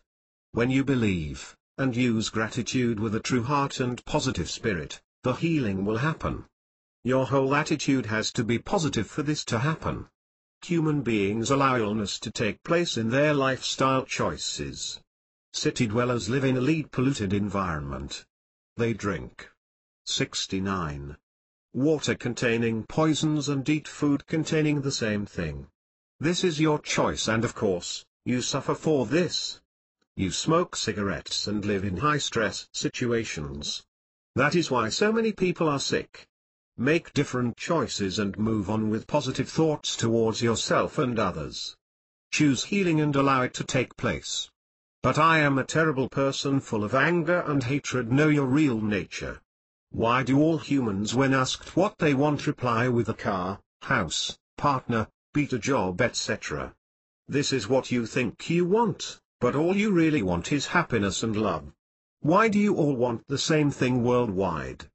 Because this is your true nature, though you don't always remember. That's it. All these ideas you only need to remember. They are already tucked away inside you, ready, willing, and able to come out. With contentment and knowledge, comes peace from within. Remember, you are a being of light and energy. You are God in the flesh. Appreciate yourself.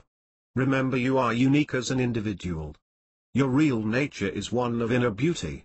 You have forgotten to appreciate yourself and have lost all love for yourself. Nothing happens to you, or through you, that is not your choice. Learn to forgive yourself for the past and choose a positive future. Move forward. As you are pure energy, you must choose to be either high energy, 70, or low energy. Of course you want to run on high energy, which creates positivity and contentment.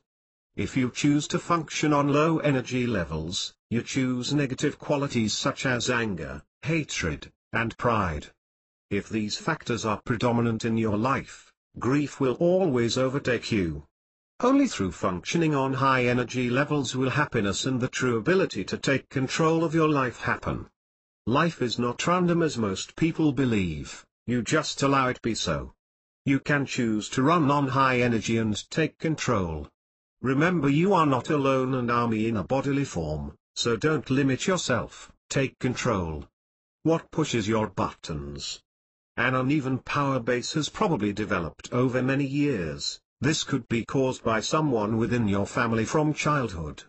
The unresolved problem then spills over into negative frustrations, and the same situation develops within all your subsequent relationships. You have learned to be a victim here. You must realize that no matter how many times you relax each day with the learned exercise, this situation will not change on its own. The power base has manifested itself over such a long period that only a selfish, conscious step on your part can change it. It is totally selfish on your part to allow the negative victim, 71, situation to continue. If you allow bullying, it is bad for both you and the aggressor. That person will receive the message what they have always done is all right. Love of yourself and others demands that you stop them and make them realize that it is not all right. To allow them to continually hurt others and inflict damage is not the most loving thing to do. That abuser, if allowed to continue, can develop into a ruthless and cruel character. You develop feelings of hate towards them and they become the unbending thug. Never allow this victim situation to continue. Highest love requires a forceful, positive response. You can't change others, but you can allow them to glimpse the true situation. When you know that you're creating your reality continually, you will realize that you can change how you react to the situation. It will take time for both of you, but from now on let them know how you feel, then step away from that situation. Most people's grief and frustration stems from trying to change their situation by changing others. You can explain to someone why they need to change, but ultimately you cannot make them change. If they decide to change themselves, that is a different matter. A learned situation that has come about through many years of conditioning takes a lot of positive changes. You have to step back and monitor your reactions. When you see the constant way you react to that behavior, only then can you decide to react another way. 72. The ringing of alarm bells should arise when you feel discomfort, pain or suffering because of a certain situation. Then you know you are resisting that situation for whatever reason. What can you do to rectify the problem? 1. If you are involved with that person, allow them to know your thoughts on the situation for their own benefit.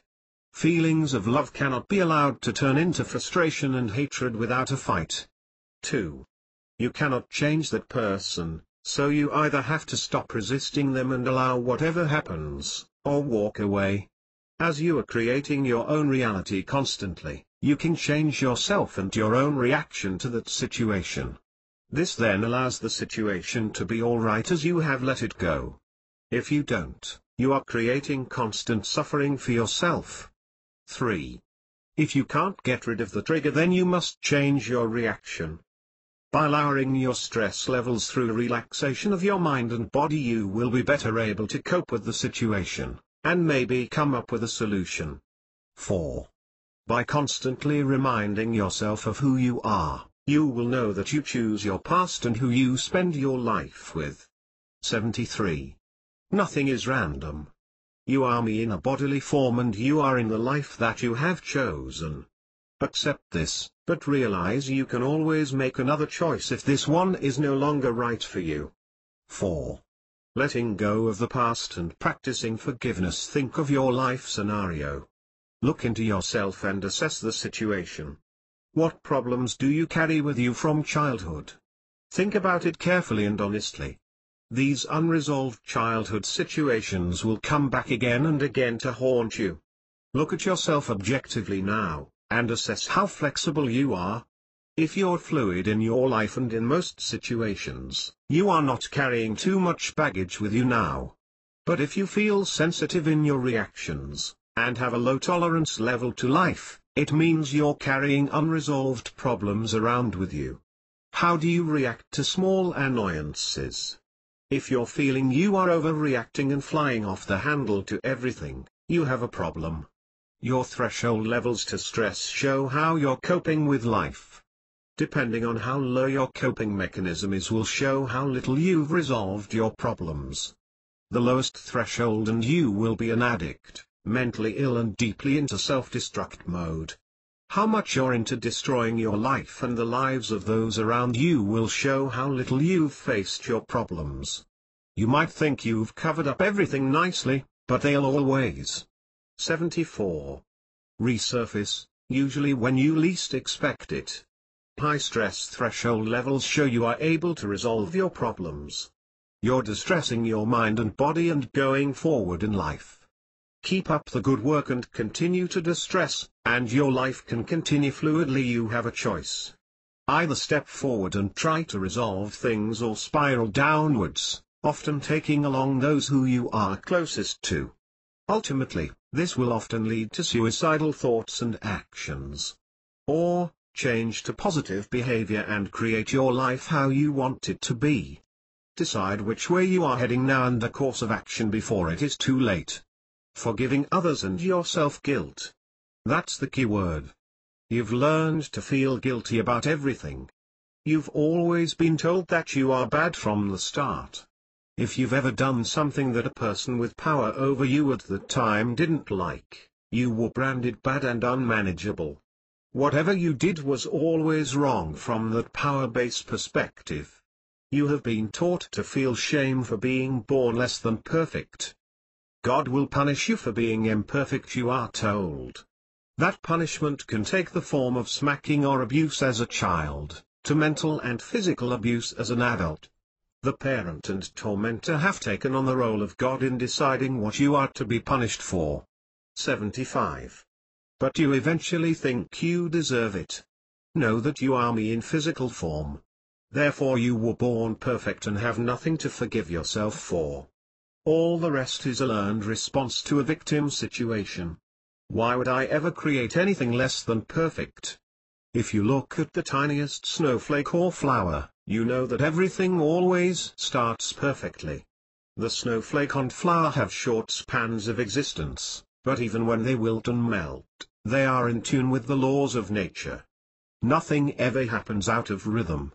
You have allowed this initial perfection to become unbalanced. Your mind has become poisoned with negativity and guilt, and this has translated into a diseased body. The only way forward from here is to start to move towards that initial balance of mind and body. This will bring positivity once more into your life, and you can again seek happiness. 5. Taking responsibility and making decisions. I can't get over a death in my family. I could have contributed more to their welfare when they were alive and even prevented it. I'll always live with the guilt.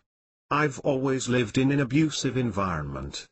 From early childhood onwards until now, everyone who feels they have some power over 76. Me has used me as a punching bag. No wonder I'm an addict. Look at these problems squarely. 1. Blame. You're blaming yourself or others for all the woes that have occurred in your life. Wrong. 2. Know that you have chosen your life situation. You chose your parents and family. How they affected you even as a child was your choosing. But how can a child choose anything? You appear as a child, but that child is an old soul. You have been here before in many different life situations, and even though physically you are young and vulnerable, the old soul has chosen this as a learning situation. You might have to go through a similar situation many times in many lives, until you finally feel as though you have learnt what you need, and can resolve the situation. 3. You can choose to overcome this situation now. Remember, you are never alone. You are me and I am always with you to help you overcome anything you choose to do. You'll have to work through this life scenario at some stage in your physical lifetimes. If you don't do it now, you'll have to face it again until you can do it. 77. 4. When you realize that whatever happens in each person's lifetime is their choice, only then can you forgive yourself. Only then can guilt pass, as you finally understand now that your loved one chose their death, in that way and at that time. You couldn't have changed a thing. Any guilt or blame is a wasted emotion from your and their perspective. 5. You were born a perfect being. I never create in any other way. You were born in the manner and place of your choosing. You can head back to that perfection whenever you finish with the drama. Look at yourself, you're addicted to the drama of life. The excitement and rush of the continual ebb and flow of life, that's what you love. Until you choose peace above pace, you'll never move. Your life will continue in the same negative way. You have to realize that the only way you can live in harmony with yourself and consequently others, is with a peaceful and balanced mind and soul. 6. I forgive you for everything, as really there's nothing to forgive. Both you and the victim decided on whatever you did. You both needed that act from which to grow. Know that this growth is negative, but still requires no forgiveness. You are in your chosen place. But know you can choose another place. 78. 7. You cannot change anyone else, only yourself. By changing yourself, the other person hopefully by example will want to change as well. Lead on toward the light and others will follow. 8. Don't judge another, as each soul is in their chosen place at the right time. Their time to move forward mightn't be the same as yours. They can be encouraged, but not forced to do so. Help but don't judge them. 9. Walk on with me into the light. 6. How do I take control of my life? Remember, you decide what happens to yourself. You will take a long time to realize this fact and digest the implications. Once you do, your life will immediately change. Before, your life usually evolved randomly and unconsciously on your part. Whatever will be will be. You stumbled along without conscious thought, and life went on however miserably. Decide from today onward that this stops. Take control. Realize fate doesn't exist and you will move forward to a much happier future. Know you are part of me, and as such you can decide on whatever is necessary for your soul to evolve. You can move mountains. Begin with a new attitude. Stop the past dictating your future. Know you can create your own destiny. Stop the addiction to drama. 79. That you all crave. When you don't need the drama anymore, you can finally plant a new seed to a happy future. This can be achieved through practical methods whereby peace is brought back into your life and you can realize that you are never alone. How could you be, when you are part of me and I am always with you? 80. Chapter 10. Overcoming the problems. 1. Anger and hatred towards someone. 2. Worry and fear. 3. Money problems. 4. Work. 5. Relationship troubles 6. Feeling of inadequacy and inferiority 7. Ill health 8. Loneliness 9. Boredom 10. Stress and inability to find peace. 1. Anger and hatred towards someone. Let's first of all look at the reasons behind so many people's response to a situation being anger. A baby feels frustration when it isn't responded to immediately and reacts with tears. But this isn't anger. 81. A child feels delayed gratification and consequently frustration, which does turn to anger. This is the start of those anger feelings, and depending on the parent's reaction at this time, lifelong patterns will emerge. If the child feels love and the consequent feeling of safety, they will then develop a higher tolerance to situations that trigger anger. Their life from this early start will be more flexible and they will have a higher stress tolerance. Otherwise they will cope less and react more explosively. If they have a lower tolerance to anger and stress, this will lead to destructive coping mechanisms such as addiction to drugs/alcohol or other excesses such as food, exercise, dieting or spending money. This inability to cope with stress leads to illness, both physically and mentally. When examining yourself and your behavior, know this is how you got to where you are today. These problems have manifested themselves in your feeling of anger, frustration and being overwhelmed with life, to a greater or lesser extent. Stop and think, do you like the person you have allowed yourself to become? Are you enjoying the drama?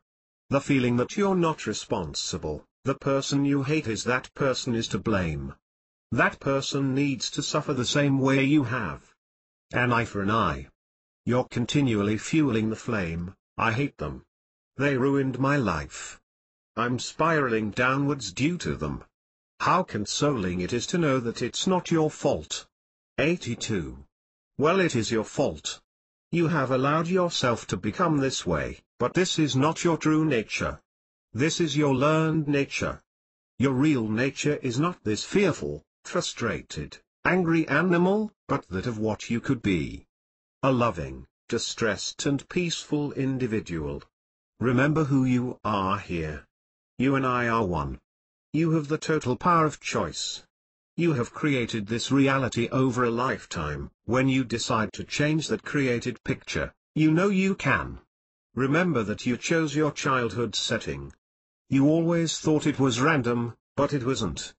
No matter how bad the childhood home was, whether it included adoption, being molested, physical violence, your soul needed to experience this setting, and eventually realize that this experience could be overcome.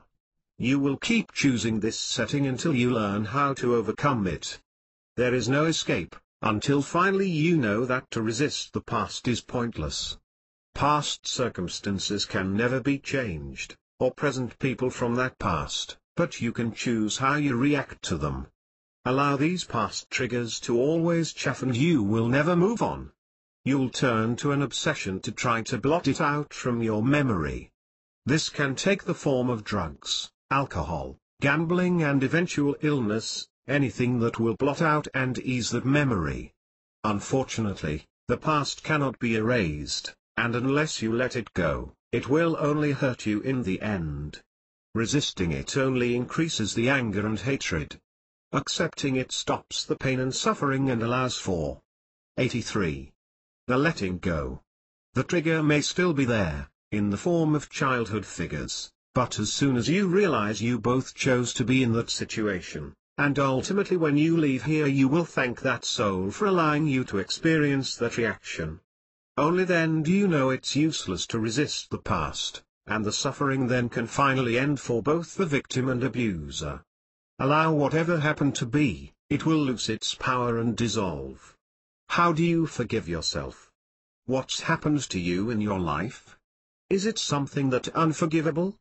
Has someone died in your life? My child/sister/brother/father/mother/partner has died. I wasn't caring enough of their welfare and blame myself. I didn't notice them enough and could have helped them. They committed suicide without me seeing the signs and I could have prevented it. I accidentally killed someone and now feel as though I have a life to make up for. I am mentally ill because of this and can't function because my life is black. I can't see any positive aspects these days. Are you an addict? I am a drug addict/alcoholic.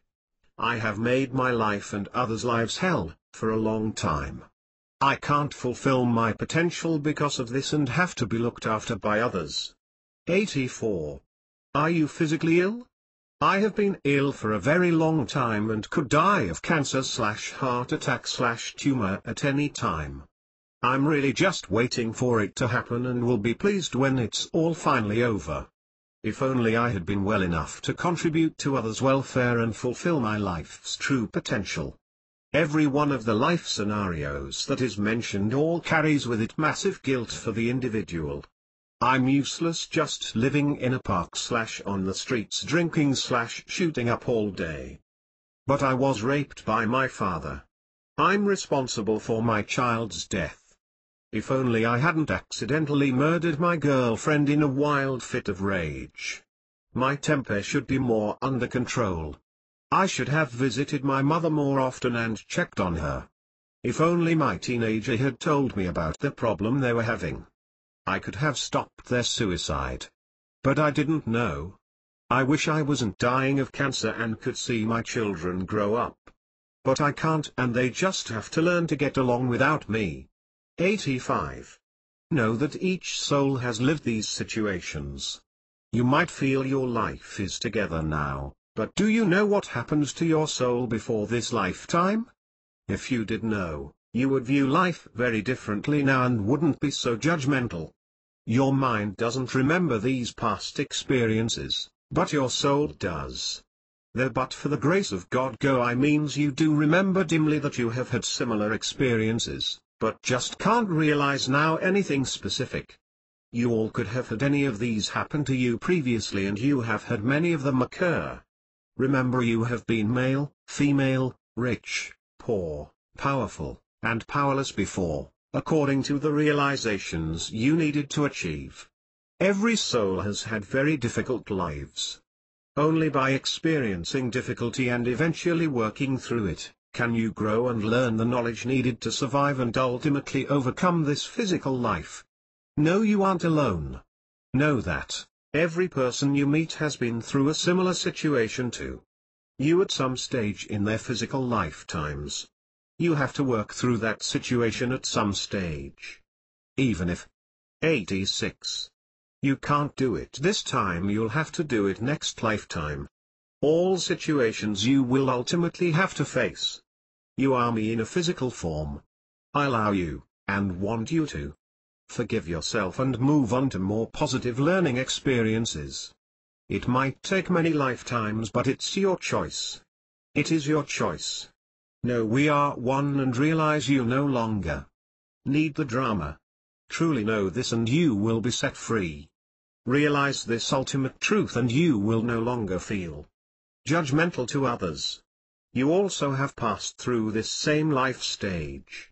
You have moved on, so encourage that soul to do the same. Remember, might be too soon for that person to move forward. Give them time. Empathize with that person as much as possible and try not to judge. You cannot change others. You can ultimately only change yourself. Others can be shown a different way. Know that all people are evolving and moving forward gradually in their own way and time. You might not see this now and think that your way is better. Each person has their own path and journey to fulfill. Rather than try to change them, help them move forward in their own chosen way. 87. But my son/daughter is a hopeless drug addict and thief. They live in a squat. How can that way ever be a learning experience? Know that it is. After meeting a man who was once very rich and handsome, but is now reduced to living on the beach and picking up cigarette butts because of his drug habit, I finally realized this. He had embezzled funds from the company he worked for. He had kidnapped his mother for a ransom from his family to fuel the habit. He had also sold his house, apartment, and sports car. He had nothing left. He had no teeth, nowhere to live. His clothes were from the Salvation Army. Everything was gone. His family still loved him, but he had no contact with them. He was on the disability pension. He had chosen to punish himself totally in this lifetime. He was enjoying the drama of the situation. I initially judged him as a total loser. I tried to change him through reasoning with him. He had no qualms borrowing money from anyone. In the end, I realized only he could choose to make his life more positive. Only he could end the love of drama and the need of punishment. Then one day he said, "I now am totally free. I no longer need anything material. I live on the beach and eat in the soup kitchen. What else do I need?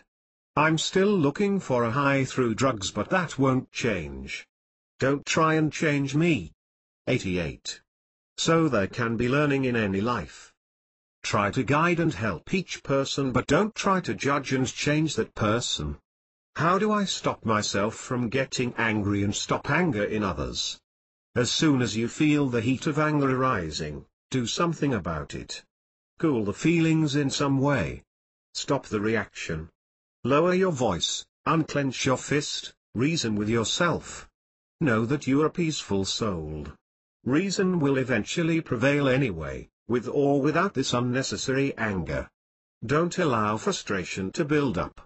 Do something about these minor frustrations before they reach this boiling over level.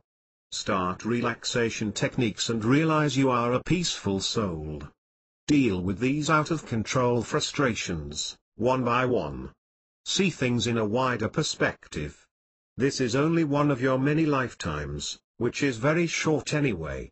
Okay, so a driver cut in front of me, but I survived it and so did they. Stop dwelling on it. Allow the anger to go. Every time you feel the surge of anger, realize you can take control. Train yourself not to make a fool of yourself. Allow yourself to heal, rather than to fester with inward anger. Even though you now have anger under control, never allow yourself to be a victim. You are only a victim if you allow yourself to be one. An abuser cannot be allowed to continue because that is bad for you and bad for them. If they find abuse acceptable, their personality will change into a ruthless and cruel character. The school. 89. Bully will become the organized crime leader. The wife basher will become the murderer. Loving someone does not mean allowing them to do anything they want to you and others. Love of yourself and others demands that you stop them. To allow a person to continually hurt others and inflict damage is not the most loving thing to do. Highest love requires a forceful response. Take control of yourself and your life. See yourself for what you are and know you can change. You will eventually have to anyway. If you don't do it now, at some stage you will have to see yourself for what you have become. You won't like this image and have to do something about it. Why wait? How do I choose not to be a victim and martyr? The great martyrs such as Jesus choose this state through free choice. It was never inflicted on them, and Jesus always knew he could stop his crucifixion at any time. He chose this state, as he knew that humans would only heed the message after he was dead. He overcame death by rising again on the third day. Then you knew the truth and followed the message. But the message has become distorted over time, and each religious group feels their message is the right way. So people think suffering is necessary in life to follow the religious path. If you choose the path of suffering, recognize it and decide how you want to react to it. You can continue to be the victim, or decide 90. That you no longer want to react in the same way. It is bad for the torturer and the victim. Eventually the torturer will hate themselves, and you, if you allow the victim mentality to continue, you will be despised. Remember, there are only two human emotions, love and fear. If love isn't ruling your life, then fear is. Decide what you want to experience in life, love, peace and happiness, and head towards that experience.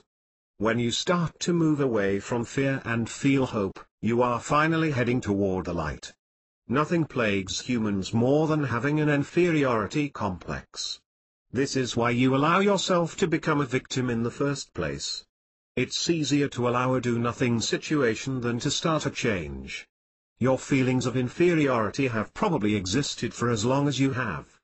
Why let that continue? Never see yourself as failing again. Control your mind.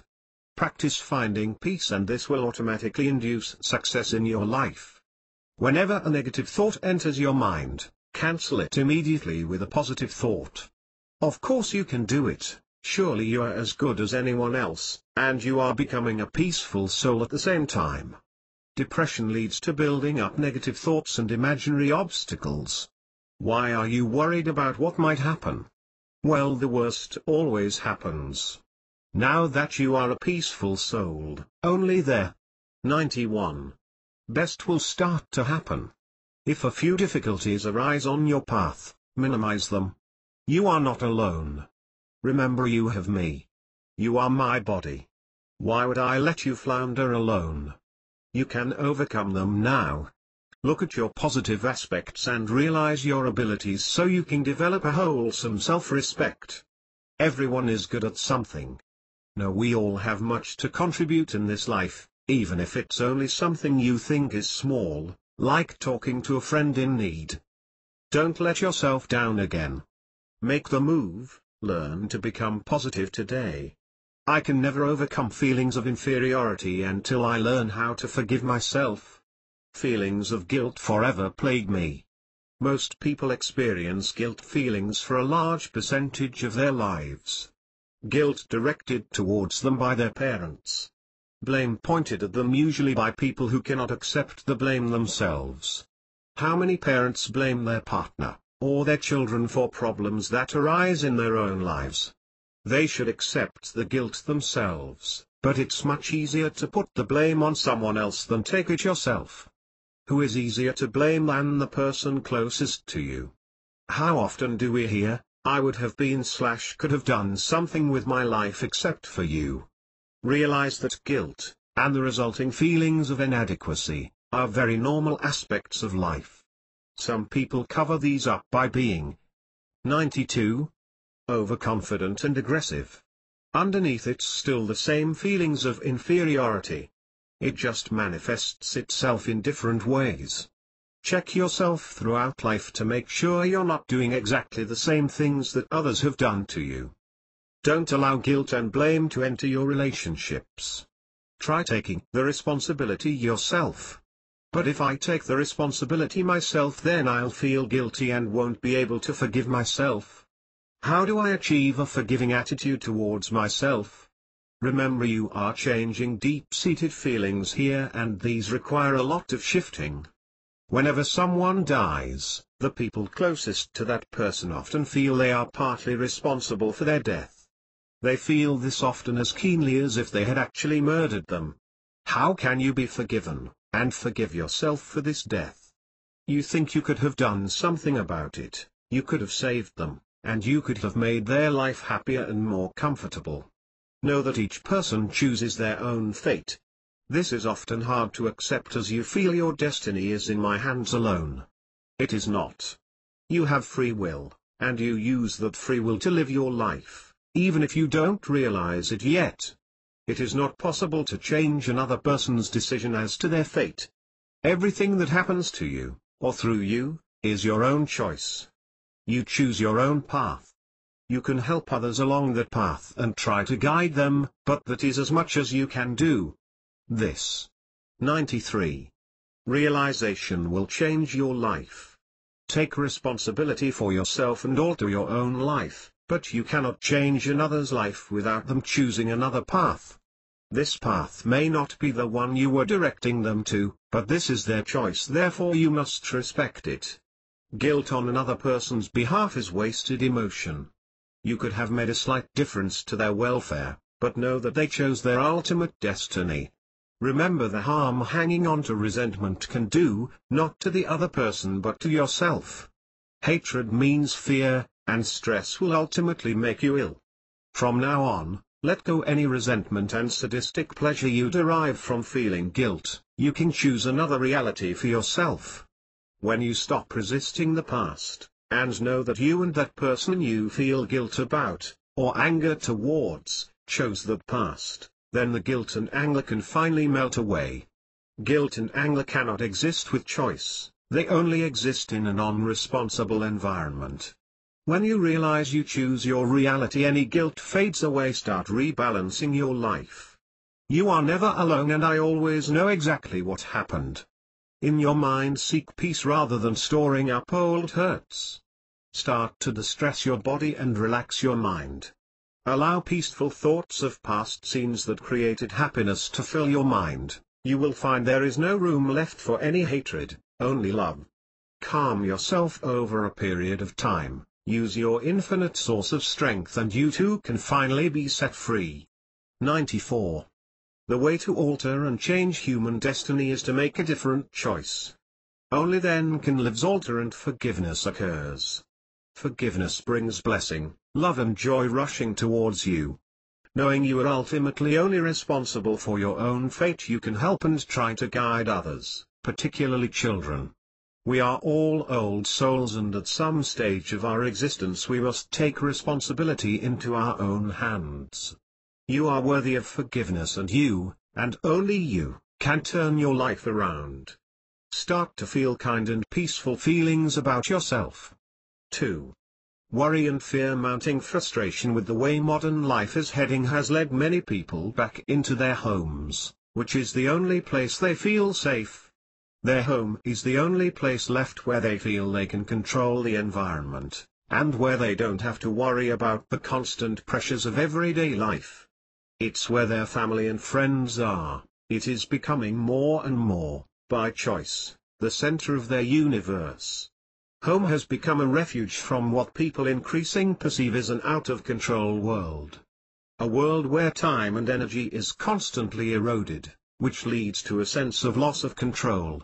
A post-9/11 world where public utilities and recreational areas can at any time become targets to terrorist groups seeking publicity, regardless of the dangers to themselves or the population at large.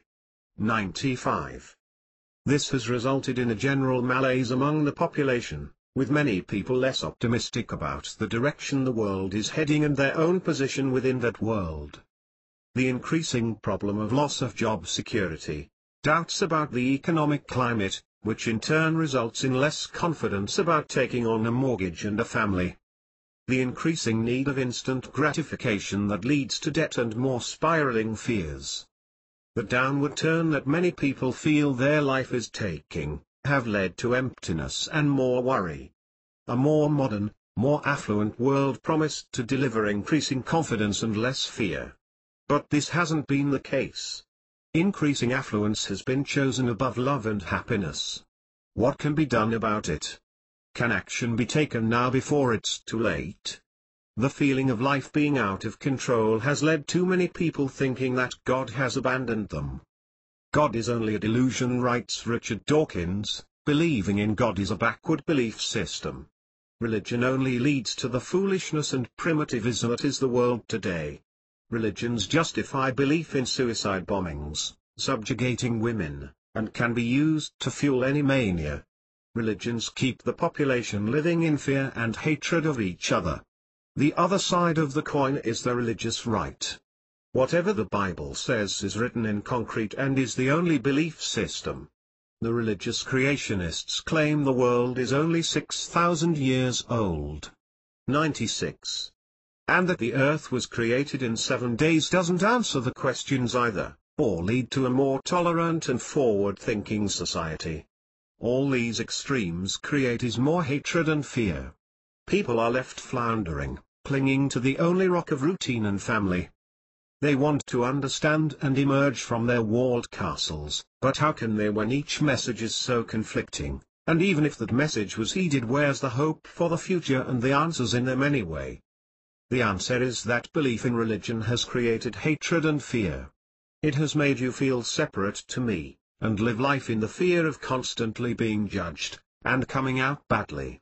It has made you feel like separate beings, who can only relate to family and friends who are usually of the same ethnic group and nationality.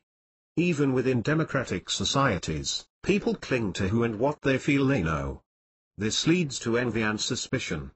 People can be singled out at any time due to dress, skin color or even hairstyle and made to suffer for being different. It all creates the feeling of separation from each other, and hatred of what you don't know. Fear results. The truth is that I never judge. You are me and have total free will within this life, to decide how your life is to be lived. Maybe you're making the wrong decision now, but when you realize that choice isn't 97. Creating any happiness, you'll make another. Your harshest judge ultimately is yourself. I have no preference. That choice was obviously right for you at that time, but you'll learn how to make changes when they are necessary. You are not powerless as you have been taught. The power of one is all that there is. The one is the all. When you realize that by hurting another you are only hurting yourself, by lying to another you are lying to yourself, and by giving happiness to another you give it to yourself, only then can you leave your castle, and affect your world for the better. Knowing you are having a positive effect on the world will lead you towards losing your fear and back into a position of responsibility and the power of one. If worry is a habit, so must be happiness. Your mind thinks in well-worn grooves that are learned from childhood upward. You learn from an early age how to please people to receive love, and how to spend money to feel happy. So can you learn how to stop worrying fear, and how to start living happiness? How often does it happen, that you'll fuss and fret for days about making a right decision, and later look back and realize that it wasn't as difficult as you made it, and it worked out? Worrying, fussing and fretting does not help make a right decision. In fact, all they contribute to is cloudy decision-making and exhaustion. Of course, what you really need to remember is who you are and to trust your instincts. 98. Look at people, particularly as they age, and they fall into two distinct personality types. The warriors who have deep lines etched between their eyebrows, and their more easygoing counterparts with smoother brows. Look at yourself in the mirror now and mentally assess how much of a warrior are you. You'll know. Even if these lines are just developing, you need to stop them in their tracks. By admitting yourself to be a warrior, means that for you worry has become a habit. A bad habit. You have been practicing worry. What are you worried about? Look now within yourself. Your mind is probably saturated with negative thoughts. You are full of gloom and apprehension when you worry. Look at the situation you are creating through worry. I'm worried about making a wrong decision. The message you're giving out here is, decision, wrong. By worrying, you are bringing about just the opposite of what you want. Rather than trusting your instincts and remembering who you are, you're renouncing your whole life purpose. You are proving to have no faith. Faith is necessary to all of life. You have to have faith to get out of bed in the morning, to catch the train to work, to function at all. To be positive you must have faith. Faith that you can pass an exam. Faith that you can love others. Faith that you can do the job. Without some sort of faith you'd be dead. You would not even be able to wake. 99. Up in the morning. Building up this faith will overcome the worry habit and restore hope for you and all that depend on you. Hope is put into motion through faith. Everyone must have some measure of faith to function. Work on building it up and you will reap the rewards. Why am I always worried about everything? Think. You were not born a worrier. As mentioned above, it is learned the habit, a mental attitude taken from others. You have learned this bad habit over a lifetime. You can also learn to rid yourself of this habit, along with every other habit if you choose to. You can cast worry from your mind. Why waste so much of your energy and mind power worrying? Worry is useless. If it's worry about the past, how can you change it now? The past is gone. If it's about the future, worry won't solve it either, because it hasn't happened yet. You can change your future, not through worrying about it, but by action. The rest of the time you're worrying about present matters. These will be sorted out, not through worry, but by taking responsibility and a positive attitude towards them. Stop dramatizing and enjoying this drama of life. It's time to change, now. Worry is just a mindset, a habit that most humans seem enjoy. What greater drama is there than, I'm worried to death about, I'm sick with worry about. Oh, the drama from actually being sick. 100. And dying from it. Allowing worry to take total control of your life to the point where you feel you are powerless. Get a grip. What are you, people or mice? You are my body, remember. Allow me to help you to this realization. Lean on me initially in order to finally take control. You are me. It's your choice. How do I become an attractive personality? Everyone is affected by moods. Sometimes you are fearful and worried, at other times angry and resentful. How could a person ever have more happiness than trouble with this mindset? To turn your life around from here, remember that your life is in your own hands. You alone control your own destiny, and you can either sit in a corner feeling negative, bitter and sad, or decide it is your time for some happiness. Why add the world's negativity? Decide to spread positive thoughts and happiness. Start to train your mind into cultivating joy. Why do you always have to be caught in the habit of fear and sadness? Make the change. Think of the happy times you've allowed yourself to have and realize that if you were happy once, you can be again. I am God's body and underneath a loving, peaceful soul. Do not allow yourself to be a fearful, miserable person. Make another choice. Always remind yourself of who you are. Practice relaxing your mind. 101. And body. Being at peace will allow your real personality to emerge. Remember what it's like to feel happiness. Most people have forgotten. They don't have the time. They're either at work, cooking dinner, looking after the kids, or watching television. Get your peaceful mind back. Turn off the television for an hour. Walk out the door humming a song, do something for someone and bathe in their thanks. Or just walk along a beach or in a park and watch a sunset. Feel what it's like to give yourself peace for a few minutes. Know I am with you, as you are part of me. How do you finally break the worry habit, build up faith and hope in yourself and the future? Accept that worry is a habit. A learned habit. Do you now choose the worry habit or the happiness habit? The worry habit can become a sickness. The negativity of worry can only send your life downwards and out of control until sickness and listlessness is the result. By worrying, you're creating the very situation that you dread. I worry about my child becoming a drug addict. Thinking those thoughts, you are sending out that message. My child, drug addict. You can instead create a nurturing environment for that. 102. Child, just remember their destiny is up to them. Instead, think positively. Think, my child, happiness. Whenever that recurring worry arises, replace the word drug addict with happiness. For example, with exams or work, replace, I'm worried I'll fail in my exams/job with exams/job, succeed. Every time the worry habit arises, replace the negative word with the positive one.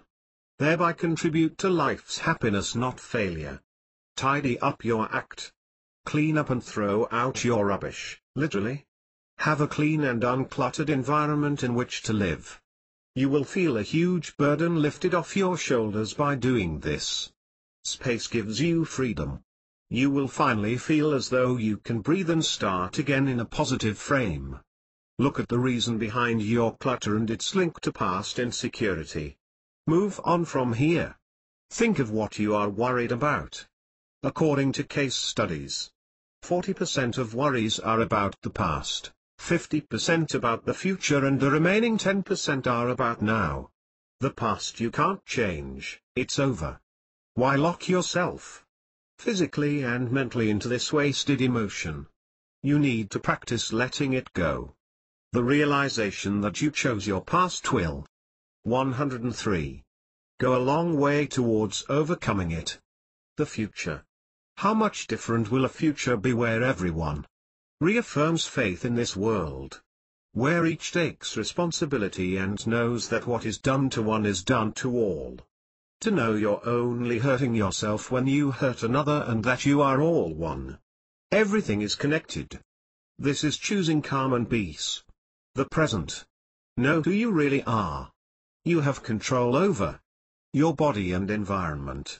Take that authority and practice emptying your mind.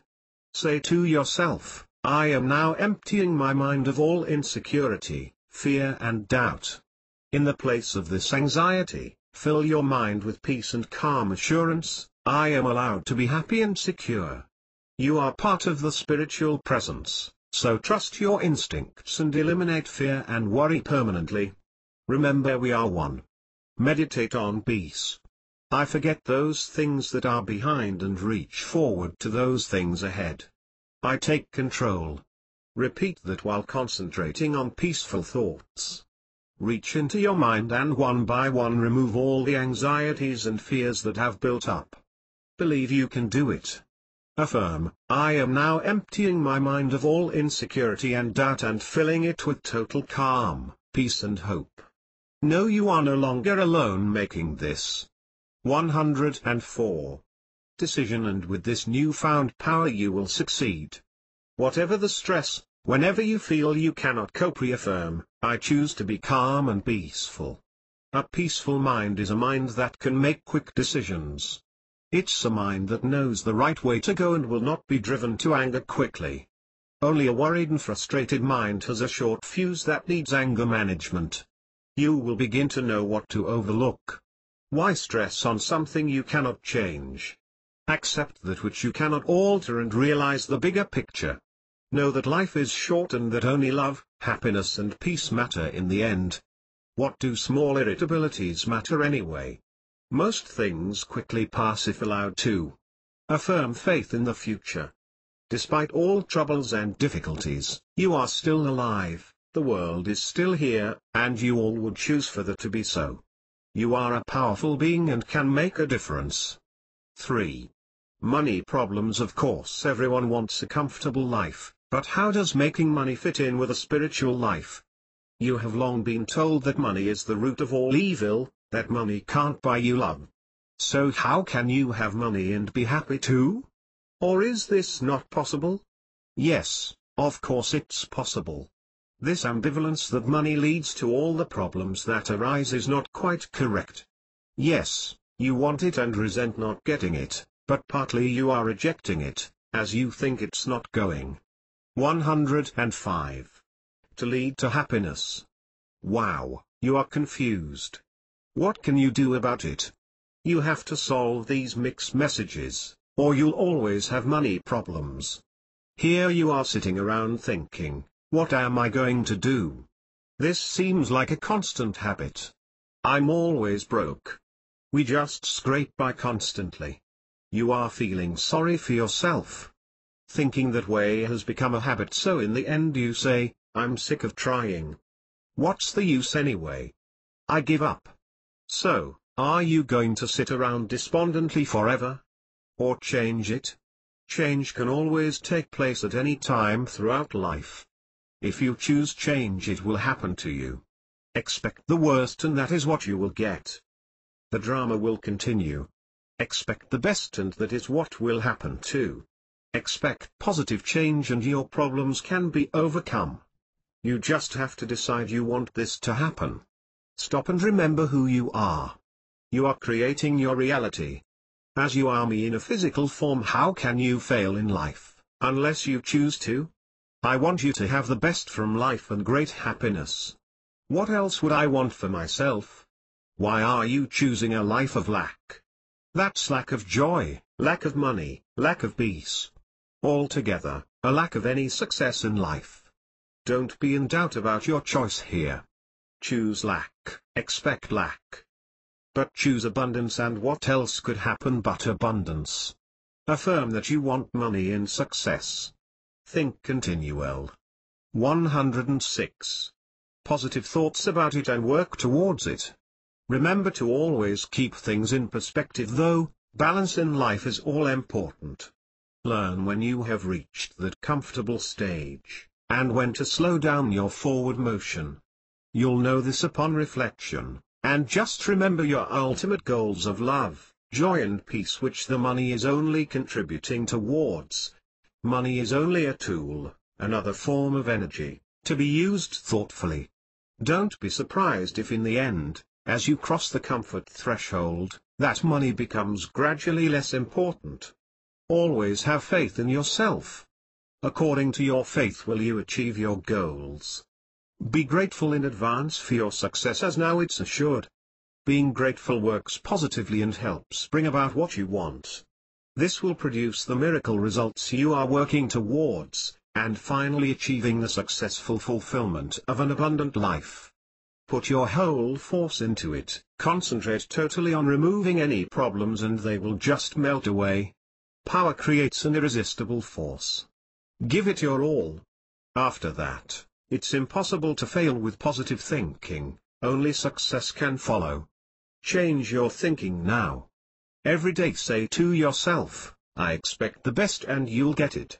You will become more positive with each new day, and your life will start to change. 107. 4. Work. Let's look at 5 basic thoughts about work, and how these can be changed or added to, in order for work to become a happier part of life. Of course, work is a necessary part of this life. How can it become not only necessary but more pleasant and fulfilling? 1. You need to work to earn money in order to support yourself and your family. You might feel you're being forced onto the work roller coaster here, but you have to remember that no one does anything they don't want to do. You've made the choice to work, in order to support yourself and your family. Even if you work in a job you hate, realize it's you who has chosen this situation. This is your present self. Eventually you can choose another definition of yourself. But remember, this job is, at present, a statement of who you are. So after realizing you've chosen it, learn to give/get the most from it you can. From here you can learn to really like your job. 2. This work to provide money should be fulfilling and make you happy. So how do you give/get the most from your job, and how can you? 108. Become more contented doing it? The primary thing to remember here is that you are a 3-in-1 being. You are mind, body and soul/spirit. Your mind and body are both doing the work. But your soul doesn't care what you do for a living, and after your life is over, neither will you. Grasp this concept, and you now realize that your job may still be necessary, but not the most important thing in your life. Your priorities will shift. Become aware that your family, friends and leisure time are the reward for doing this job. Enjoy the reward more, and work towards the balance needed for enjoyment to occur. How can you achieve the balance that leads to increased enjoyment, when you're tired and stressed to the max? Tiredness seems to be a byproduct of living in the 21st century, where everything is packed in, multitasking all day, and many people stay up most of the night. Tired all the time. Syndrome inevitably occurs, and is the most common reason for seeing a doctor. Stress and tiredness go hand in hand. How can 12-hour days create anything else? Even the weekends become one long to-do list. You end up too tired to sleep. Your body is exhausted, but your mind is whirring at 100 miles an hour. Researchers estimate the average person slept around 10 hours a 109 night in the 1800s. Today the figure is 7.5 hours. Even work life has changed dramatically in the last 10 years. A decade ago, customers didn't expect an immediate response. Now everyone wants everything immediately. If an email isn't answered within an hour, people think you've forgotten them. Work calls are expected to be answered at home, the laptop is taken on holiday, and people work on buses and planes. Where do the modern demands of work end? You have to stop and seek to repair the balance of life. Nobody works well when under constant strain. Happiness, as a byproduct of work cannot occur under these conditions. You need to allow yourself time for the rewards of your work and slow your life down, then allow yourself to enjoy life. Remember that on your deathbed, you will never think, "I should have attended that meeting," or "I should have worked longer hours." What will you think about? Focus on this question, and act accordingly. 3. Only work provides a sense of purpose and direction to life. The more successful you are, the more fulfilled you will become. Work is the new religion. Let's look how success is defined. Often it's glorification of the entrepreneurial spirit, where people are solely motivated by profit. Is it how much money you've got, how prestigious your job is, or how contented you feel within yourself and in your life? Look objectively. 110. At many famous and successful people. They often have great wealth, children and partners, rewarding careers. What could be missing then? Why do they often feel empty inside? Is it wrong to want money and the resulting rewards? No, it's not wrong, as I do want you to have a comfortable life. Knowing you've chosen your job, and enjoying the consequent rewards from this job is important. That can't be it. There has to be more. This new work religion has to provide more than this. The mind and body are being rewarded, but what about your soul? Real contentment can only come from feeding not just the mind and body, but working on the soul. No, you will not be alone in achieving this total balance, and start to act on who you really are. Success is whole life success, and only this can then lead to fulfillment. 4. Work is meant to be difficult and tiring. That's why it's called work. If it was easy, it wouldn't be work. So how can you make work less difficult then? Let's look at attitudes to work. Many people think they are indispensable. If they didn't keep contributing their all and working 12-hour days, the results would show. What a huge burden to carry around. The weight of the world is 111 on your shoulders. Don't kid yourself. If you left tomorrow, there would be someone else to replace you. You're just enjoying the drama of being irreplaceable. What greater ego boost than that is there? At some stage in life, everyone has battled on the work front. Either they have come up against some kind of opposition, or they've pushed themselves so hard in order to prove their capability that often the opposite has happened. In either case, a battle between your inner forces has taken place and exhaustion due to this conflict has occurred. 12-hour days. Can you really keep these up indefinitely? Try cutting down and see how much less work is done. Here we're looking at quality of work, rather than quantity. Plan your work more, delegate. Use time management. Don't assume that only you can do it. Lack of system produces that I'm swamped feeling. Don't let your work build up to this point. Discipline yourself not to put off until tomorrow what you could do today. Allow the work to accumulate and it will only become harder. Make a list of what you can do today and this week. Write everything down. This will leave you more mind space by not having to keep remembering things. It will relieve your mind and that swamped feeling. This feeling produces tired thoughts. Consequently, your energy levels will rise the more organized you become. Use this new organization to give yourself more downtime. At home, switch off your mobile, ignore your emails, put the report aside. 112. And go for a 20-minute walk. When you come back, you'll feel your mind is clearer. Take on an unseen partner in your job. Someone who costs nothing. It will help with ideas, giving added energy to get the job done faster and easier. Take on me. You know I'm always here and we are one anyway. You're not alone, so why act like you are? I'll lighten your load and ease your burden. Realize work leads to your reward. Work itself is not the reward. Change your attitude. When you lighten your workload, and you accept that you've chosen to do this job, then you'll resist it less. Only then can you relax more, and actually learn to enjoy the job and not continually fight against it. As you relax more in your mind and body, and become a happier and more peaceful person, don't be surprised if this overflows into your work life. You'll feel more confident, open and friendlier, and people will start to respond to you differently. You'll find it becomes difficult to avoid success. Think about your plan carefully, then put it into action. Balance creates happiness. 5. Time needs to be filled. Don't allow yourself any thinking time, as this leads to brooding and depression. A busy person is a happy person. 113. When your life becomes one long to-do list, a constant stream of engagements, seminars and events, and you're too busy to see friends, overload kicks in and you need to stop. An overbusy person quickly becomes a stressed and overtired person, whose life can spin out of control very fast. Life has become a stressful and a madcap existence. If this happens, it's time to stop, realize you have a choice, and start to hold down the control button. Life can easily become a mindless series of events.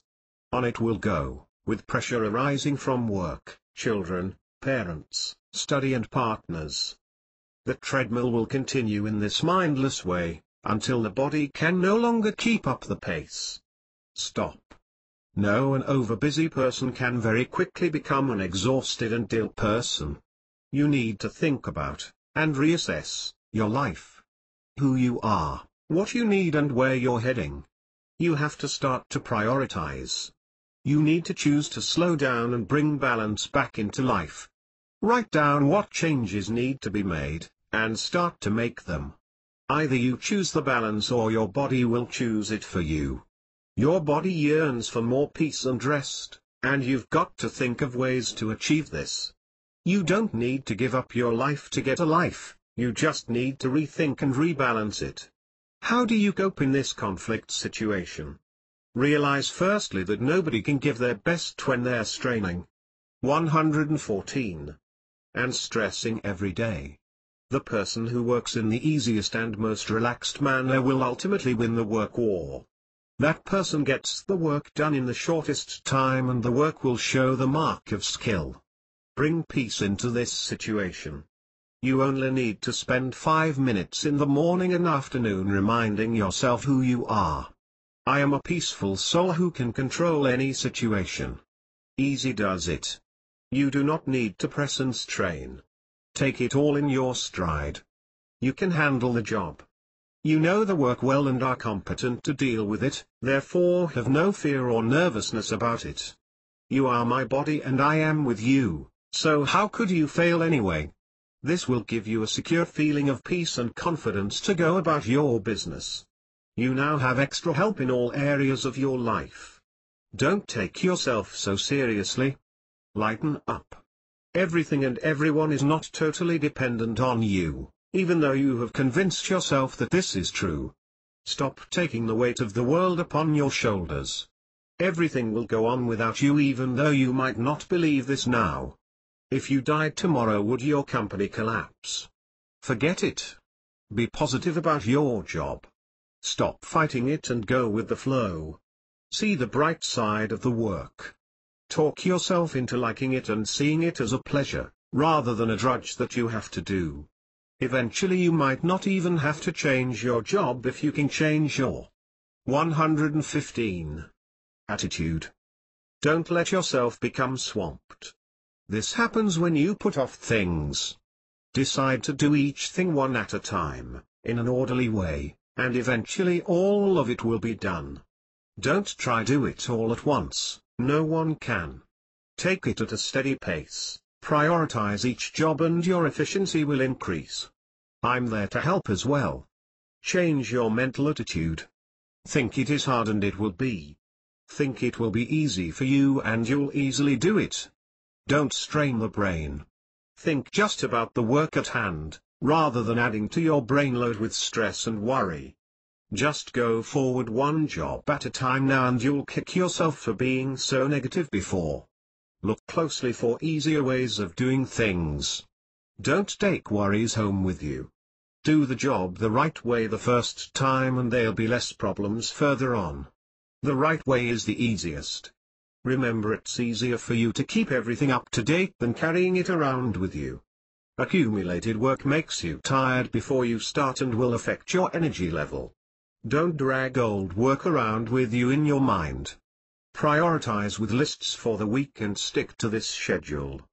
You'll feel relieved, lighter, and things will go well with you at home and at work from now on. How do I make important decisions? The small decision today may be the one that comes back to haunt you tomorrow.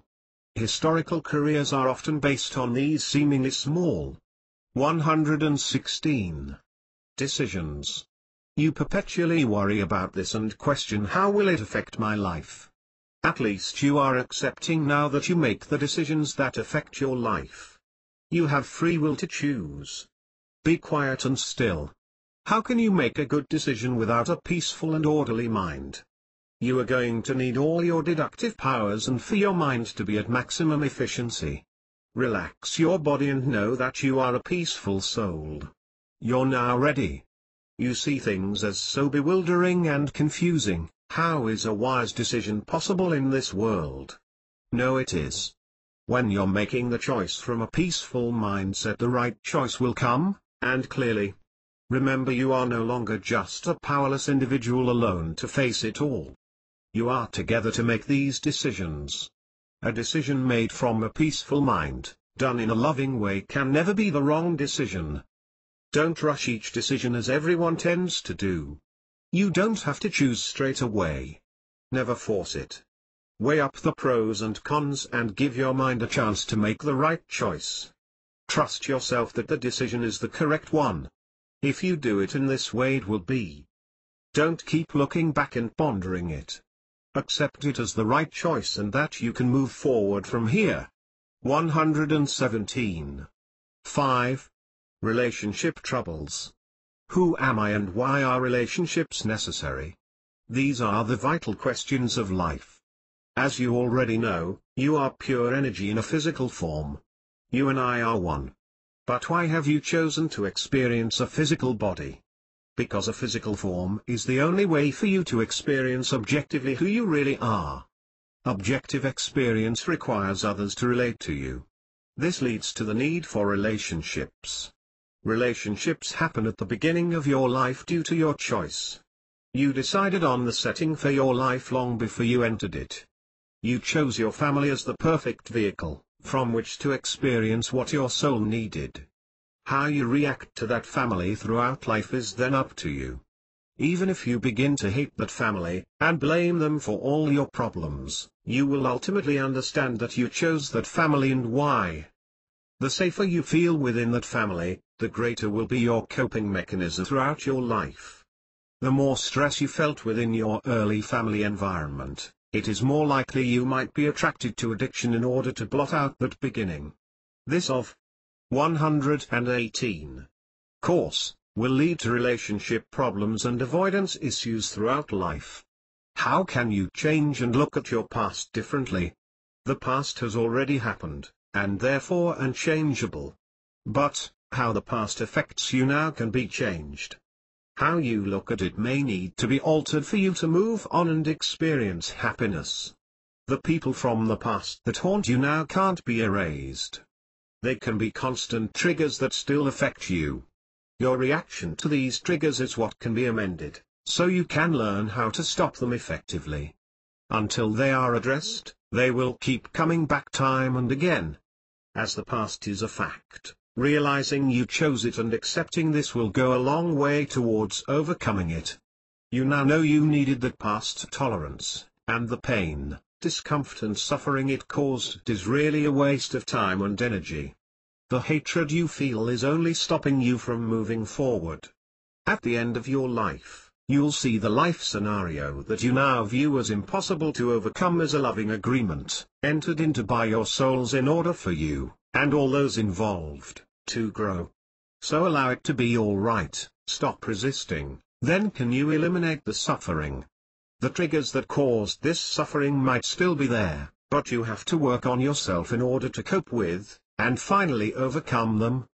The only way to increase your resistance levels is by 119. Realizing who you are. This will lead you to the surprising fact that you can cope in any situation. You chose your life setting. It didn't just happen due to a vengeful God. How could it when we are one, and you are choosing all your life scenarios from birth onwards? Accept your choices and stop resisting them. The triggers you felt caused all your problems may still be there, but now you are choosing to move forward into a life of peace rather than turmoil. To help you, read the pages on relaxation of your mind and body. Finally, awaken from your lifelong sleep and start to move forward. Your soul yearns to find love, peace and happiness for you to become who you want to be. Angelina Jolie helped Brad Pitt do this. He has become not just Brad Pitt, movie star, but Brad Pitt, a compassionate and giving person. A man who, like you, can make a difference to this world. You might see your contributions as being small compared to his, but to your soul they will be earth-shattering. You might see human relationships as being based on trying to give the other person what you think they want. That can lead to all sorts of 120 problems. How do you decide what they want? This then becomes a Venus and Mars scenario as you're madly trying to do what they want in order to get what you want, leading to frustration and resentment as neither of you are getting what you really want or need from each other. Many people are looking for a person to complete them. This puts a lot of pressure on the other person to become what is expected. They often try very hard to do this, but eventually their true self has to re-emerge and then the other person says, "You've changed." Resentment and bitterness develops, and separation usually results. A good relationship needs to complement and build upon who you are. It cannot make up for any lack within yourself. To have good relationships, you have to first work on yourself. Only by being selfish can a relationship grow for you to become unselfish within it. You have to decide the person you want to be. Is it a loving, giving and happy person? If so, work on overcoming your problems, and help the other person to contribute all they can towards the relationship. The greatest help you can ever give another is to empower them to help themselves, and start them moving forward on their life journey as you have done. Don't disempower anyone by offering them help in such a way that it creates continued dependence. When you allow another, in the name of compassion, to begin to rely on you, this then becomes not empowerment for them, but a power trip for you. The goal is to help the weaker so they can grow strong. 121. Not to make them grow weaker. With this in mind, do not see another as disadvantaged in relation to you. They have chosen this path even though you might recognize it as wrong or weaker for them. Accept that they have chosen it and it's up to them to choose something else. They might not, in their whole lifetime, ever choose anything else, but you cannot change this. It is ultimately their decision. You get something out of every relationship you choose to experience, whether it's happy or sad, good or not so good. Always remember, you need to put into any relationship what you can contribute, and this will in turn increase your growth. Whether that person is at present able to take this positive contribution from you is up to them. To have a good relationship means coming from a base of love of self. Only if you value yourself and have high self-worth can you love another. If you truly love yourself, only then can you sincerely love another as yourself. If you hate yourself, you'll be very needy in a relationship, and try and use that other person to fulfill yourself. This will lead to a clinging need for each other and ultimately destroy the relationship. Don't think of doing what is best for the other, as this leads to self-sacrifice and ultimately resentment. Self-sacrifice leads to continued abuse by the other. You will be seen as a victim, and attract. 122. A person who enjoys you cringing under their power. The abuse cannot be allowed to continue as a situation of fear develops, which of course is the opposite of love. To do what is for the highest good for that other, you have to stop the abuse continuing for both your sakes. Doing what is best for you, in turn becomes what is best for them. Develop your true self and come together in a loving situation. Give the greatest gift, self-realization. This will set you both free. 6. Feelings of inadequacy and inferiority. Our deepest fear is not that we are inadequate, it's that we are powerful beyond measure. Inspiring words for people to live by. Notice I haven't said words for people to aspire to. Always a life of aspiring to parental pressure, partner pressure, work and other life pressures is what creates feelings of inadequacy and inferiority. You always feel you're not quite able to live up to what's expected. Comparing yourself to others shows how you're not able to cope as well as you ought. You may be trying your hardest. You've always tried your hardest, but it was never quite good enough. Those people over there, sleeping in the park, felt the same way. They gave up. What are you going to do? How are you going to cope in life? 123. You've always been told, and felt, that you had a definite weakness in your personality. You are never ruthless enough in business, never able to sound no in friendships, and you even let the kids walk all over you. Outwardly you appear to be coping, you often appear over-assertive to the point of aggression. This will show everyone who's boss, your thoughts scream. Underneath you're really a total wimp, and feelings of inadequacy cannot help but creep in. Am I up to the job? Am I good enough? Always lingers in your mind. My boss always reacts perfectly to every situation, if only I was more like that. The perfect reaction is often the most dangerous one. The pressure on yourself to continue reacting perfectly is immense. Outwardly, everything and every reaction appears perfect. But can you keep it up? Surely you'll crack under the strain eventually. How are you going to cope? Particularly now, in modern life, the stress caused by keeping up appearances becomes greater all the time. You have to keep this job to pay the mortgage, living expenses are increasing each year, life's cracking at the edges, but I'll wait it out until things get better. No wonder so many feel inadequate at times. You might still be carrying your feelings of self-doubt around from your childhood. Your parents first said them, and school reinforced them. If your parents questioned your self-worth, how can they possibly be wrong? After all, as a child you felt they had all the answers to life. But did they? 124. Inadequacy can easily come to rule life.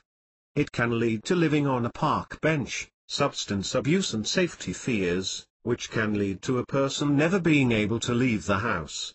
Feelings of inferiority often manifest themselves in illness. An inferior person thinks they deserve punishment and to suffer.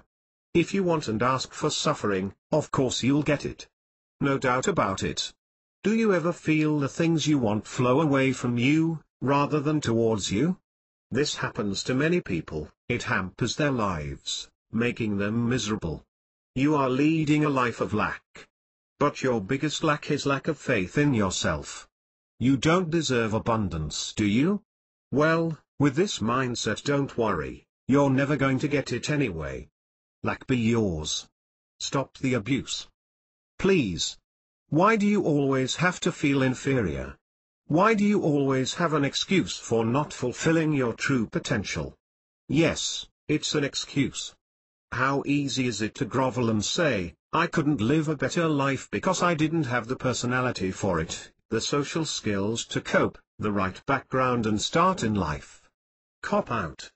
Your soul and you both know, now, that no matter how many excuses you can think of, it is your doing, not your parents, not your family, not your partner, not your work. So you'd prefer abundance? Examine yourself here. You have a body to get you around and you've got incredible help in anything you choose, as you are not alone. You are all powerful and you and I are. 125. 1. How can you fail when you believe this? At present, your mind is choosing lack, but your soul wants abundance. You are seeing many obstacles in your way due to fear. Fear keeps telling you you're inadequate, you're not up to the job. It's ruling your life. You're using all your strength towards being up to the job. How can you fail now? Estimate your abilities and up them.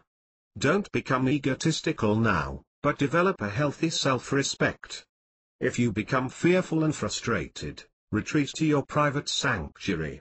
We all have one within ourselves. Even if only for 5 minutes, relax your body through deep breathing and then work on your mind. Let your fears and frustrations drop one by one and drain your mind.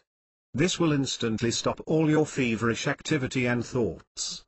While breathing, allow yourself to picture the most peaceful place you remember. You might never have even been there, but everyone has one. Such beauty always calms and rests the mind. After this, you'll feel refreshed and ready to continue on your way.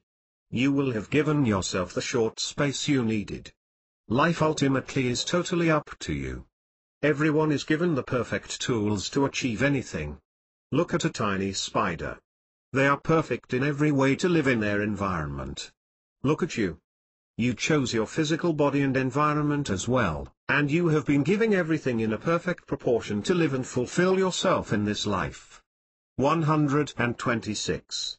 You are powerful beyond measure. You are me in a physical form. Take the challenge and begin to live up to it. 7. Ill health. Watch your thoughts, they become your words. Watch your words, they become your actions. Watch your actions, they become your habits. Watch your habits, they become your character. Watch your character, it becomes your destiny. Most people sleepwalk through life, their character and attitudes created by them, starting purely with a simple thought. How powerful is a thought? What pure energy is created through each thought? You have ended up in the situation you are in just with a simple thought. Wow! It just shows that you are powerful beyond measure in shaping your world. 127. In order to shape that world, you need to become aware of what you are actually doing to yourself. Look into your character now, and ask yourself, do I like what I see? Be objective, take into account how others see you as well. Have you become what you always wanted, or fallen way short? How do you like what you see? Most people don't like what they see very much. They've become their mother or father, without even realizing it was happening. It started with that simple thought and now it's their character. This becomes particularly true the older people get. Youth can overcome illness and character flaws, but age can't. They always come back to haunt you. Why does God want me to be so ill? I'm dying from cancer/a brain tumor. Know that doctors are there to help if you need them, but they are not there to take responsibility for you. You must do that yourself and decide what is best for you and what you need. They cannot save you from yourself. Certain things are self-destructive. Doctors might advise you to stop drinking and smoking, to stop eating junk food and to exercise more. But if you cannot heed these warnings, you are being self-destructive. Look into your mind and ask yourself why you don't want to save. 128. Yourself from becoming ill due to excess. Why are you choosing to risk your life in order to draw attention to your suffering? Why do you always need something to make yourself noticed and feel important? Why do you need suffering and drama in your life? The whole of humanity chooses to inflict some kind of suffering on each other. Throughout history, due to greed, lack of love and neglect of each other, you have always chosen suffering. People choose martyrdom as the supreme form of sacrifice. Perpetual war somewhere in the world, and our worship of martyrs is testament to love of suffering. Knowing how powerful thoughts are will help you understand that beside determining your character, these thoughts are also affecting your body. Carrying negative thoughts around for years will inflict damage on your body. Feelings of hatred and anger, often carried from childhood onward, leads to explosive thoughts and feelings within your body every day. These will translate into a character flaw, which often does manifest as an addictive personality. This addiction then flows into all areas of life. Into drugs, drink, abuse, overeating and others too numerous to even list. The malicious, sadistic pleasure of self-abuse flows on. You don't deserve a happy life, do you? 129. You're always doing something wrong, well suffer for it. I've got to smoke, I couldn't relax otherwise, here comes breathing problems, lung disease and cancer. I love fatty foods, nothing beats fried food, next stop heart disease and clogged arteries. I love my job. I'm there early and need to stay late and don't give myself much downtime. But beside the enjoyment, I need the money. Move on in early heart attack, diabetes from eating on the run and lack of exercise. I feel resentful all the time. I try not to, but everyone expects too much of me. They all want more, and debt just seems to be mounting. I'll never repay it all, and fear I'll go to the wall. Life's become an endless treadmill. No one can continually diffuse mounting pressure. Pressure always has to escape. Stream has to be let off somewhere. Where's it going to go? I'm always worried. I end up not even knowing why. I just feel fretful of some nameless fear. These fears will be internalized. You try to overcome these fears by indulging yourself. You have a new home entertainment center. 130. A lovely new car, they must go away now. Life is so good. But they're still simmering away in the background. You become just a little more edgy, you try to enjoy the new things but can't totally. How long can your body live with this fear before suddenly, you've got a mystery virus or a strange pain in your stomach? Everything has to come out somehow. Try not to let things get out of control from the start. Take action for your health mentally by realizing you're in control of your life, and physically by eating well, and taking preventative steps before health issues get out of hand. Nothing occurs in life that hasn't started as a thought. Thoughts become actions, and the effects are drawn to you like a magnet. Unfortunately, things start to get out of control quickly, and the simple thought has created a mountain of health problems. You're suddenly feeling like you're a victim being punished. Now examine yourself, who started the punishment process originally. From examining yourself, and realizing that you started this chain of events, only then will you be able to do something about it. You need spiritual healing as well as purely physical healing. You want wholeness, add an I to this word and it becomes holiness, so that's your first key to health. Add a T to medication and you'll get meditation as well. That's your 131. Second health key. These two health keys reveal exactly the balm you need to cure illness. Realizing the power within you and the search through faith towards wholeness will unlock the first key. The second is unlocked through relaxation of the mind and body, which will act as medication for your body and soul. Faith is the key to making you whole and complete. You started as a perfect being, and your soul still yearns for that original purity and peace. Believe in yourself and the fact that positivity translates as health. Negative thoughts consume most people and these lead to negative consequences. Understand how these link to your health. A well person cannot be a fearful person. Work on yourself and your thoughts now you know how powerful they are. You are not alone in doing this, just ask for the extra strength needed and it's yours. Be thankful for the healing when it comes and always remember how powerful you are. 8. Loneliness. Earlier in the book, we looked at loneliness and the human need to give and receive love. 132. Loneliness can take many forms. People can choose to live alone. They often feel life is simpler alone than in a relationship. This conscious choice is felt to be the most satisfying lifestyle choice at the time.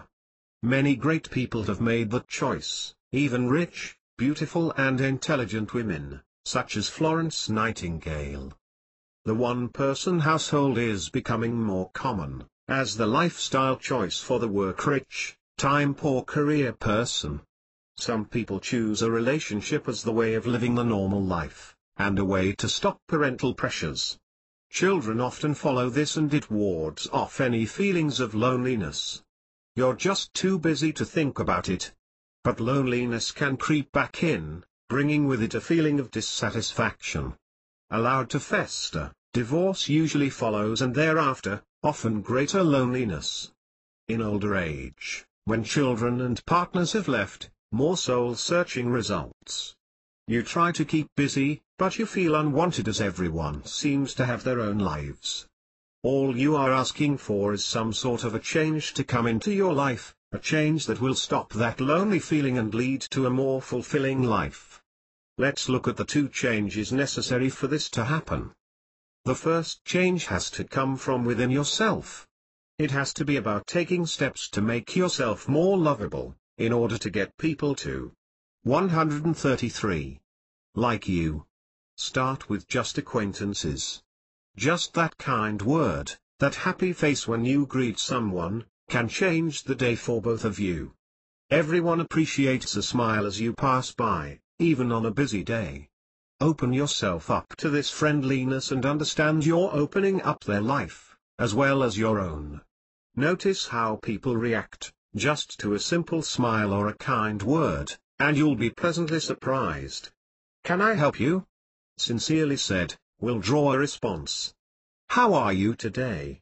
It's often said today as a rhetorical question, but what a great opener. The response from a simple question can be life-changing. You may feel shy when you meet new people, but it will start to add to your confidence. Learn to remember names, as a way of showing a person you have a genuine interest in them.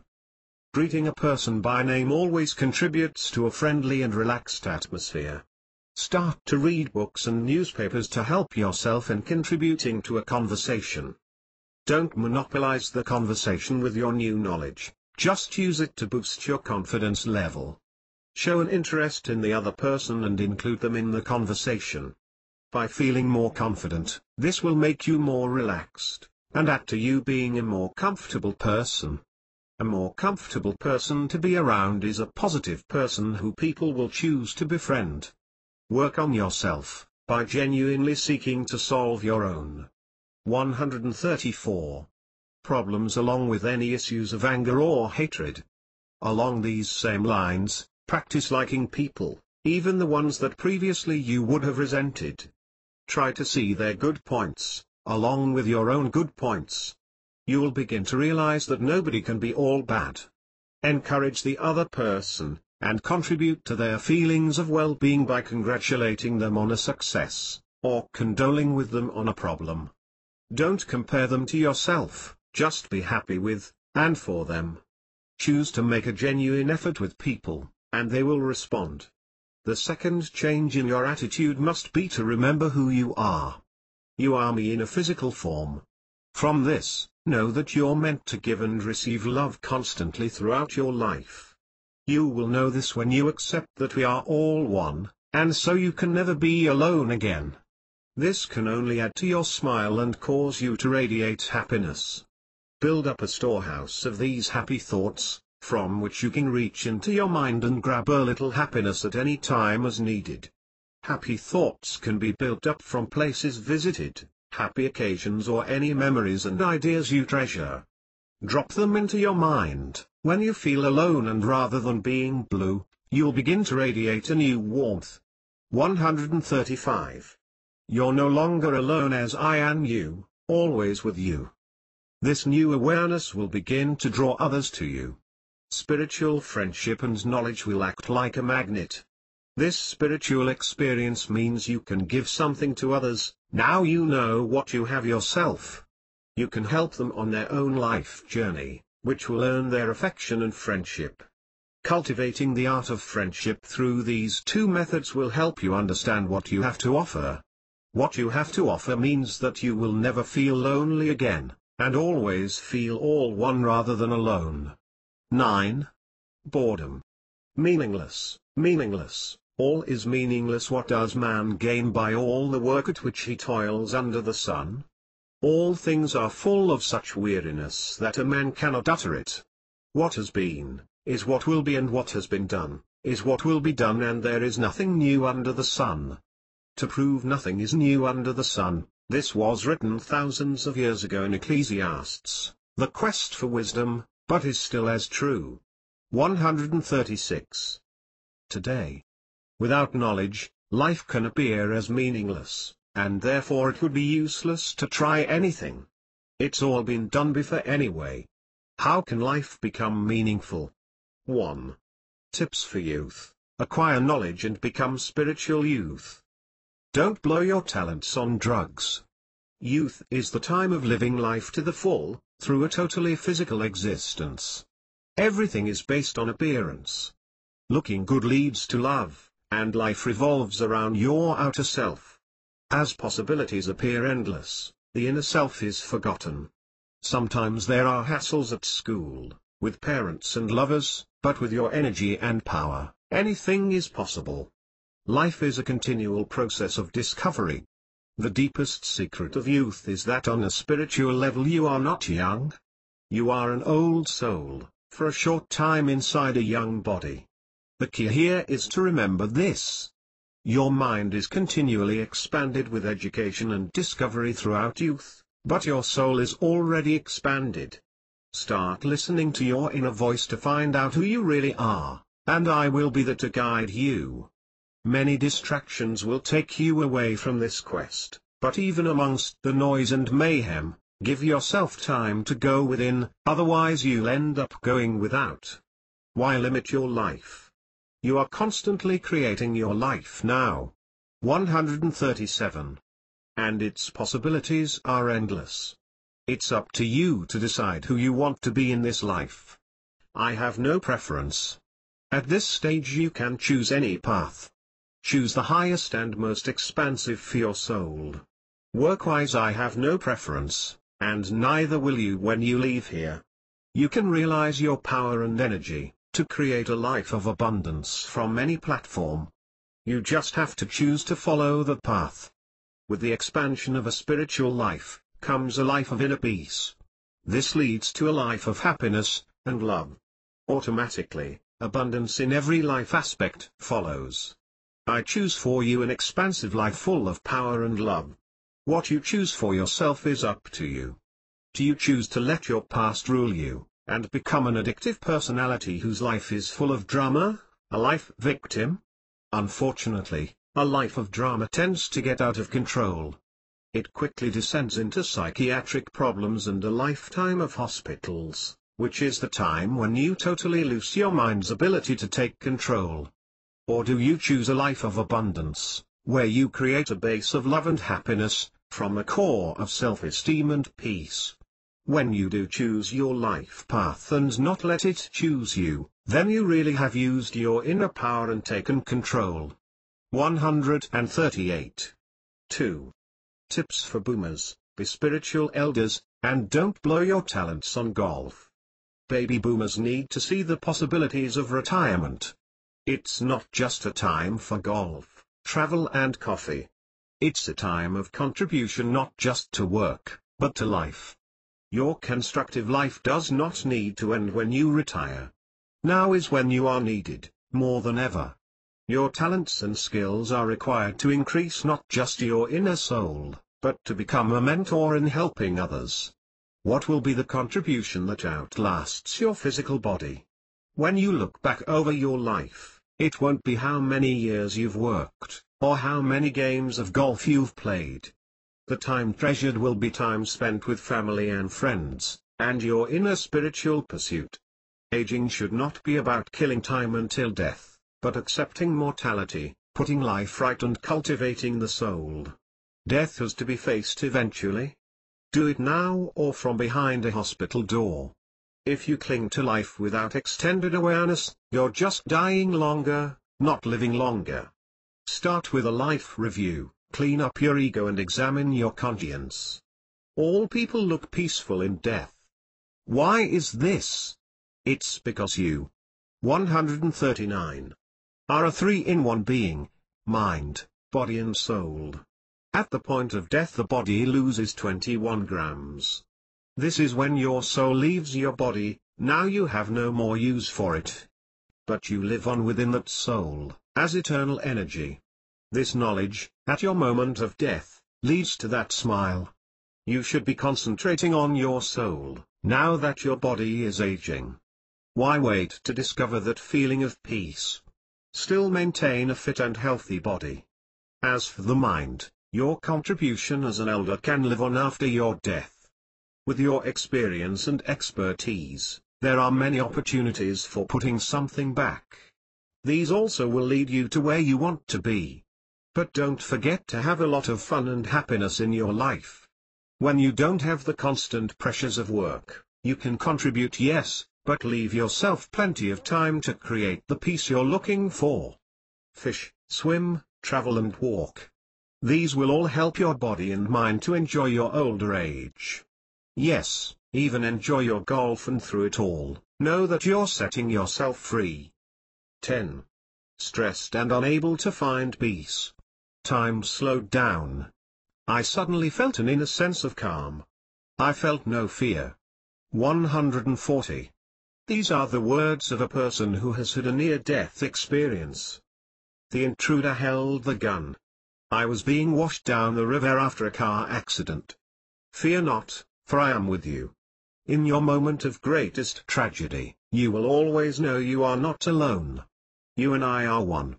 You will be able to reach deep within your soul, and feel this inner calm. Maybe you've never felt calm in your life before, but there is a deep well of peace always within you, waiting to be tapped. It's there, whether you know it or not. In your darkest hour, within the shadow of death, you'll never walk alone. Life requires faith. Faith overcomes fear. You have no choice. In your hour of tragedy, just when you feel death is about to strike, you will feel total calm. You won't feel any fear, you'll be struck by faith. Even if previously you had none. This faith will appear, and will overcome the fear. Fear seems to have become a byproduct of living in the 21st century. People feel strung up, tighter than a rubber band. They live in a noisy environment. The constant noise of traffic, sirens, aircraft, phones and more, all combine to fray the nerves. Add to this, real or perceived, pressures from work, family, friends, money problems, and 141. It becomes a deadly combination. Stir in television and newspaper stories of possible increasing interest rates, falling job security, terrorism, and fear strikes at the core of a person. Fear drains you of energy. It makes you constantly jittery and pessimistic. It is the opposite of love, and leads to conflict and turmoil within your life. The only way to beat fear is to decide on inner peace. This inner sense of calm can be yours, without a tragedy having to bring it out. If you know you do have it within you anyway, why not live by it and strive to bring it out? External forces of noise and conflict are stopping your external peace, but you are stopping your internal peace. Your mind needs to be renewed, and from there, your energy can be revitalized. Negative thoughts keep running through your mind by day and night. By day, they lead you to wrong thinking and constant stress. By night, they lead you to lack of sleep. All combine into frustration and anger.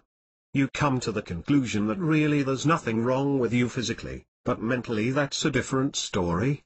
Unfortunately, if left to fester, these stressful thoughts start to attack the body as well as the mind. Does hell exist?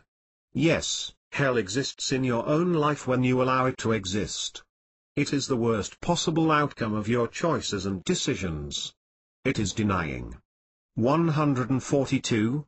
Me and consequently who you really are. Don't deny me and realize you are a peaceful soul, and hell will no longer exist for you. It can only exist through ignorance and lack of knowledge. Why would I create a place where you are burned forever because you made the wrong choice? I gave you free will to make mistakes and finally after many lifetimes realize who you are. Your mistakes are often made out of fear and ignorance and are just wrong choices. But you will torture yourselves enough for these mistakes without eternal damnation. Only by a conscious choice can you set yourself free from your own choice of hell. I won't take revenge, as you will choose to punish yourself in a far harder way than I would. Go easy on yourself and make a conscious effort to change and allow yourself to escape the hell of your choosing. If you do this, you will finally escape fear forever. Lead yourself from the darkness to the light. The light within and without is always burning. How can life be less stressful? Modern life. There must be something wrong when young people are in danger of committing suicide, middle-aged people are often in crisis, and older people are so often isolated and depressed. Yes, doctors have tablets for all these situations, but there must be 143. Something wrong when these situations can exist. What's the problem and how can it be remedied? The motto here is that even if the situation can only be gradually altered, your thought pattern in relation to your life can be changed. Intend to change your life from the bottom upwards. Start small but always think big. The journey of 1,000 miles started with one small step. Allow yourself to plan another hour of sleep a night. You mightn't think this is possible, but it is. Try putting the children to sleep just half an hour earlier. Then you need your breathing space. But does this have to be mindlessly in front of the television, or can it be in bed? You need to do extra office work at home, but couldn't you work towards a little extra sleep instead? By organizing yourself better at the office with an aim of doing less work at home, it will make the later evening a time of peace. In a busy lifestyle, sleep has become less and less. It seems now be a feeling of luxury to allow yourself more sleep, rather than necessity. But know that sleep relaxes and renews energy levels. It reconnects your body back to your source, which is me. It's a necessity for your well-being to have more rather than less.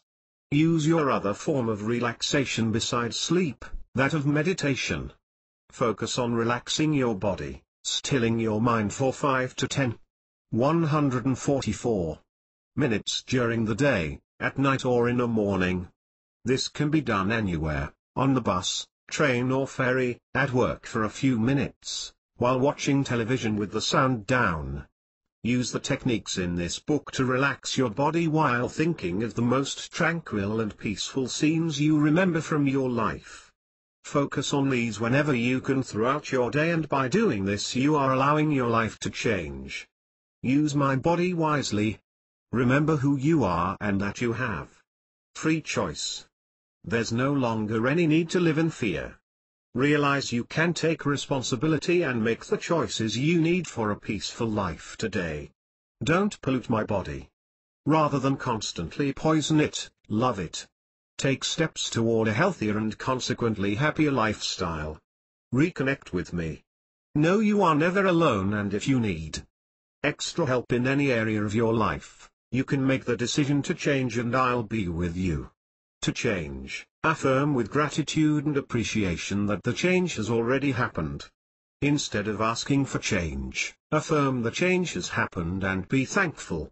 Know that changes are not just statements of what you want to be, wishful thinking. They are positive decisions on your part, that have happened and you are grateful for. People power is 145. So strong that it can change the world. Use that positive energy to change your world today. Know that with every thought of peace on your part, you make a contribution towards peace in the world. Your world and the wider world can change if enough people choose this to happen. Choose to renew and revitalize yourself today and reap the rewards, individually and collectively. So how do you stop these mindless thoughts? 1. Give your mind a break. You take breaks, so why not your mind? Just give yourself some quiet time, even in your busiest day. Set a few minutes here, a few minutes there aside. During these minutes, take a few deep breaths, in and then release slowly. Before blood pressure is taken, A patient is required to sit quietly for 5 minutes. Bring your blood pressure and stress levels down by giving yourself that requisite few minutes of space. 2. At some time during the day allow your body to totally relax. Not in front of the television, it's too stimulating. Also you need to take the phone off the hook. Just sit down, somewhere comfortable, with your feet on the ground. Let your body go loose, like a rag. 146. Doll. From your feet upwards, gradually allow each part of your body to relax. Spread the relaxation to your legs and then arms. Allow your head to hang loosely, and relax each muscle within your body. Your whole body is flopping. Just allow it to rest. It's resting now, but your mind is still racing at 100 miles an hour. Well, that needs to be rested next. Decide to empty your mind gradually. Start first with those thoughts of the day.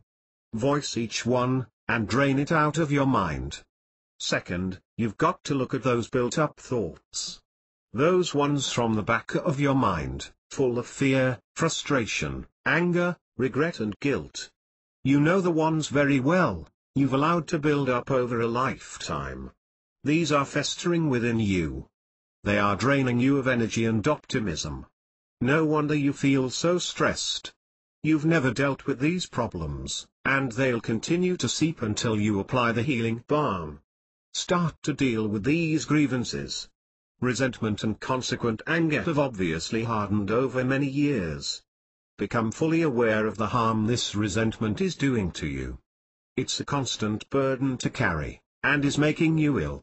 Try unburdening yourself to a trusted friend. If this fails, write a letter to the person you resent and tear it up. After doing this, allow forgiveness to enter your heart. Remember, you're the one suffering from this. Choose to drop each one and drain it. They'll keep returning for a time, but less and less. Think, I'm now emptying my mind of 147. Course, no one can have an empty mind, so you'll need to refill it. The refills you use are going to be positive thoughts, and will replace the previously negative ones. These positive thoughts will stop the negative ones returning. Refill your mind with the thoughts you cherish the most. That wonderful holiday you just took. That happy childhood day. The encouragement from your boss about your progress on the job. That beautiful beach or mountain scene you saw in a picture. When your children were born. Everyone has a happy remembrance within themselves. This happiness will gradually begin to replace the sadness and fear. Every time your mind flows back to the guilt and frustration, check it. No longer be a sleepwalker through your life, and allow your mind to fill up with unchecked thoughts. Become a deliberate creator of your life and consequent thoughts. Stop your mind drifting towards unchecked negativity, and use the power of deliberate refilling that will flow towards positivity. You will start to feel a lot more relaxed day by day. Face those fears, and the reasons that led to your anger and that guilt. Yes, take responsibility for the consequences of your actions, but also realize that each person is making a choice at each moment in their life. You contributed to the problem, but not without the other person subconsciously making the choice and allowing it to happen. Now you know you're not the only one responsible, you can finally. 148. Truly forgive yourself. Within their soul, they have. 3. Allow yourself to accept the peace that is buried within you. Bring it more and more to the surface, and allow the peace to start to shine through you. The more you become at peace within yourself, the more those around you will be touched by it, and the happier you will become. You'll end up being able to go placidly amidst the noise and haste, and it will finally not be able to touch you. Give your life a permission to shine. 149. Chapter 11. A New Life. This all leads to the question. A. How do I change my life? No, you're going to need a lot of help to do this. You are entrenched in your pattern of life, and to change needs many directed steps down the new path you have chosen. 1. Decide you want to. There can be no change without a conscious effort on your part. Change because you want to realize an accurate picture of yourself. 2. You will have help. Realize you are no longer alone. I am with you.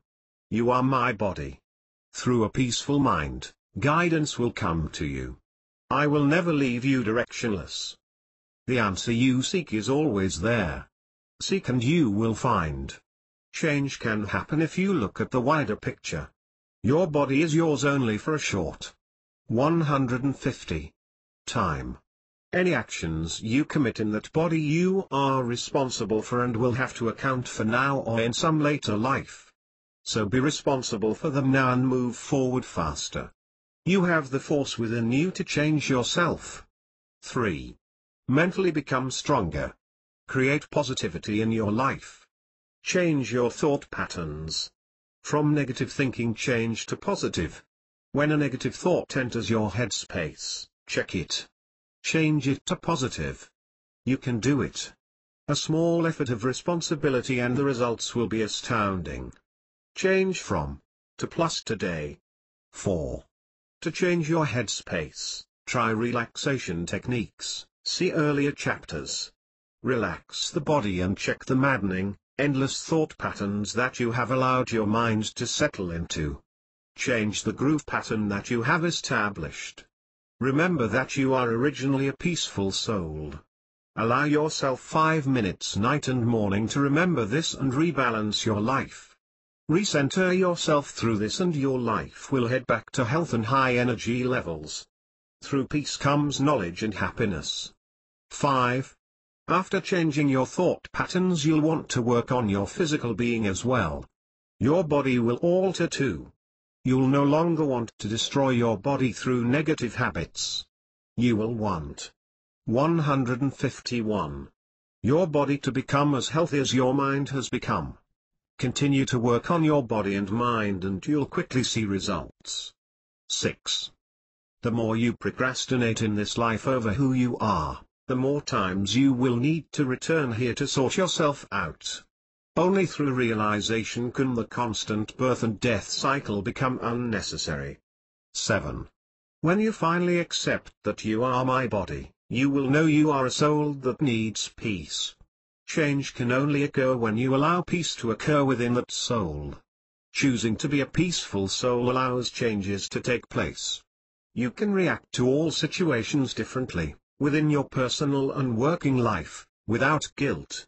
Know it is important for you to develop into a peaceful soul. You will still look after and help others within this time. Being a peaceful soul will create a different environment for all within your life to function from. People will be drawn to you and take strength to alter themselves through your peace. 8. People will still try to dump their negativity on you even though you are trying to be positive. This is what creates sorrow.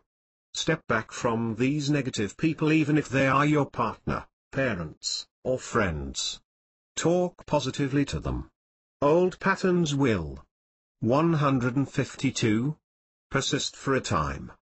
Realize these patterns exist, so try to change them in some way with a more detached attitude. You cannot change that other soul, but you can change your response to them. Know your newfound peace and realize that you are a soul and that cannot be jeopardized. Let me take all the rubbish they dish up. Don't react in the old way. They love this reaction of guilt whereby they realize how much power they have over you. Leave it to me. I'll soften their hearts and things will change for the better. You cannot allow yourself to be perpetually guilt-ridden through your relationship with this person. Take temporary steps to make your relationship more detached and positive and allow me to gradually change things. But you must take the first step and give a positive affirmation that you want things to change. If you get easily upset and angry, circumstances quickly overwhelm you, then you feel on the precipice and can't cope. Positive affirmations of change only work when you know what you want. Do not merely ask for change to occur. Change will only occur when you can give thanks for results that have already been produced. Decide on what you want to be. More peaceful, happier, more loving. Change anything that doesn't reflect this in your attitude. If you have read this far in the book, you will be gradually realizing. 153. That things do make sense. You just have always overlooked the simple meaning and assumed everything is so complicated. If you have got yourself into this mess that you call your life, who can get you either out of it or get it under control? You. That's the only force that can do it. And what an energy source you are. Change your stinking thinking from I am a powerless person being sucked along in life without ever taking stock of the situation to, I am powerful energy. I can take charge of my life. You are my body. Believe this. Take charge. You have created your life, only you can change it. Life only overwhelms you when you let it.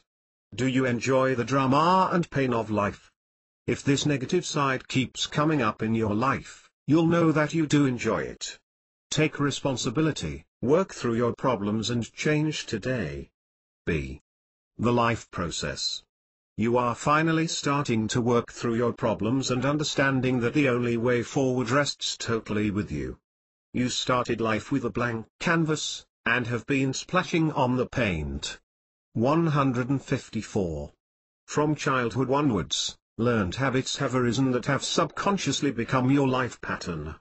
The childhood that you felt was inflicted on you, you suddenly realize was chosen by you all the time. Your adulthood reactions and expectations stem from a dysfunctional beginning. This you felt was necessary, in order for your soul to develop in this life. Let's look into how the life experience works. Conceive, create, experience. Your soul conceives, gives birth to the life of your choosing. Your mind creates, gives thought to the life of your choosing. Your body experiences, that life is now lived. As you are a three-in-one being, body, mind and soul/spirit, all three parts of you must be involved in the life process. This is important to know when you make choices within your life. Remember, I am not involved in your choices. You are a being of free will, so you are totally free to choose the path you want. You are free to choose the path of light or destruction. 155. Conceive. Your soul gives birth to the life of your choosing. Your life has been chosen by you, before you even came here. It is never in doubt, no matter how random you may think it is. Ultimately you will have peace, even if it's only when you close your eyes for the last time. You choose your body type, nationality and setting. Maybe you think you made a terrible choice. But remember, your soul obviously needed this choice in order to make the most of the life experience. Even if you're living on the streets now, lonely and in pain, you are living your choice, and therefore in the perfect space for yourself right now. Create. Your mind is creating the life of your choosing. This is happening constantly, at every moment of every day. What type of thoughts are coming from your mind? Many people have totally cluttered thoughts from a lifetime of bad habits. Constant negative thoughts create the drama in your life.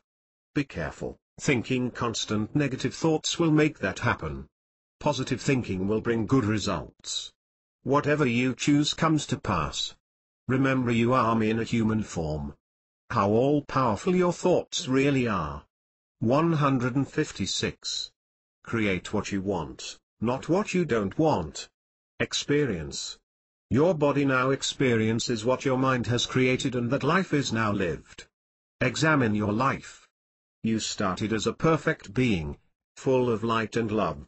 How could I create anything else? So what have you become? How have you used your free choice? Nobody in a human body can live a perfect life. If you were living a perfect life, you wouldn't now be in a body. You need to decide what you do want to experience in life. What are your choices going to be? Everyone's main life choice would be happiness. What does happiness involve? Is happiness a new car, a better house or a good job? The main secret of happiness is balance. The body strives for balance. If there is too much acid in the system, problems result. The body strives for a balance of acid and alkali. Fruit, vegetables and roughage aid in the balance. If the body is striving for balance, so must be the soul. But is it as easy to balance the soul as it is the body? Balancing the soul requires peace and positivity. It is more challenging than just eating a balanced diet, but necessary if life is to 157. Be lived in harmony. All kinds of thoughts and situations arise every day to unbalance the soul. The frustration of balancing work and job, relationships, constant noise and pollution, all seek to unbalance. But, you have chosen all of this, and you must seek the balance within that choice. It's hard sometimes, but a powerful being such as yourself can do it. But if I think my life into being, why is it always negative? Why don't the good things happen to me? You have chosen the circumstances of your life. From who your parents are, to who you become. Only if you accept this basic premise can you then be prepared for change. But how could I choose my own parents? No, this isn't your first lifetime. You have been here many times before. Hundreds in fact. You choose the necessary setting for the next learning experience that is life. Maybe this time you have chosen a hard road of foster homes or parents that you have no empathy for. Once you realize you have decided on this, your attitude will change towards them. No longer will you feel you are a random victim of fate. You can then become the master of your own fate. Your early childhood might not have been perfect. When you see it as a learning experience, that is in the past and the future doesn't have to follow the same pattern, then you can start to master the 158 situation. Why do you always have to choose the low energy, negative way? Choose the high energy, positive way. Why is the world so imperfect? The world started in total balance. All things were beautiful and in harmony. At that stage, even if humans wanted more food, more land, the balance could still be maintained. There was enough food and land to fulfill all desires. You had everything you needed for life. You and nature were in balance. But things were about to change. You had free will and chose to create a more challenging environment for yourself. How could you experience the physical when it was so much like the ethereal? Things had to change and imperfections came into being. Firstly, you chose death. If the physical plane was to be so different and challenging, you would need a rest, which meant returning to me. Knowing this lifetime is limited brings out wisdom and a more compassionate side. Only then could you remember who you really are and be able to return for another lifetime refreshed. Your life cannot be solely based on the physical or the build-up of possessions, as eventually all these must be lost. No one can hold on to money or good looks forever. This is one of life's greatest lessons. All things must be lost for other knowledge to be found. In the end, there's just me. The challenge is to remember who you are in the physical as well. 159. As the ethereal. Secondly, you chose war and suffering. This was to be your greatest challenge. You chose dictators and allowed them to exist by fostering conditions that were conducive to them. There are enough resources for all, but only the rich are given access to them. Know that the world's population cannot rise unchecked, or else this will not be the case. Pollution cannot go unchecked, as large uninhabitable areas will arise. You are choosing a slow but sure death for your planet. Overcoming aggression, hatred and greed on the physical plane can halt this eventuality. If you remember who you are, you can overcome these, but it would take many lifetimes of pain and suffering for you to do this. Choose to change to soul consciousness before it is too late. Finally, you chose to base your life around the negatives. Greed was chosen instead of happiness. You tell yourselves money is the root of all evil. But in order to lead a happy and comfortable life in your society, some money is necessary. Money is not inherently evil. It can be used to help people and change lives for the better.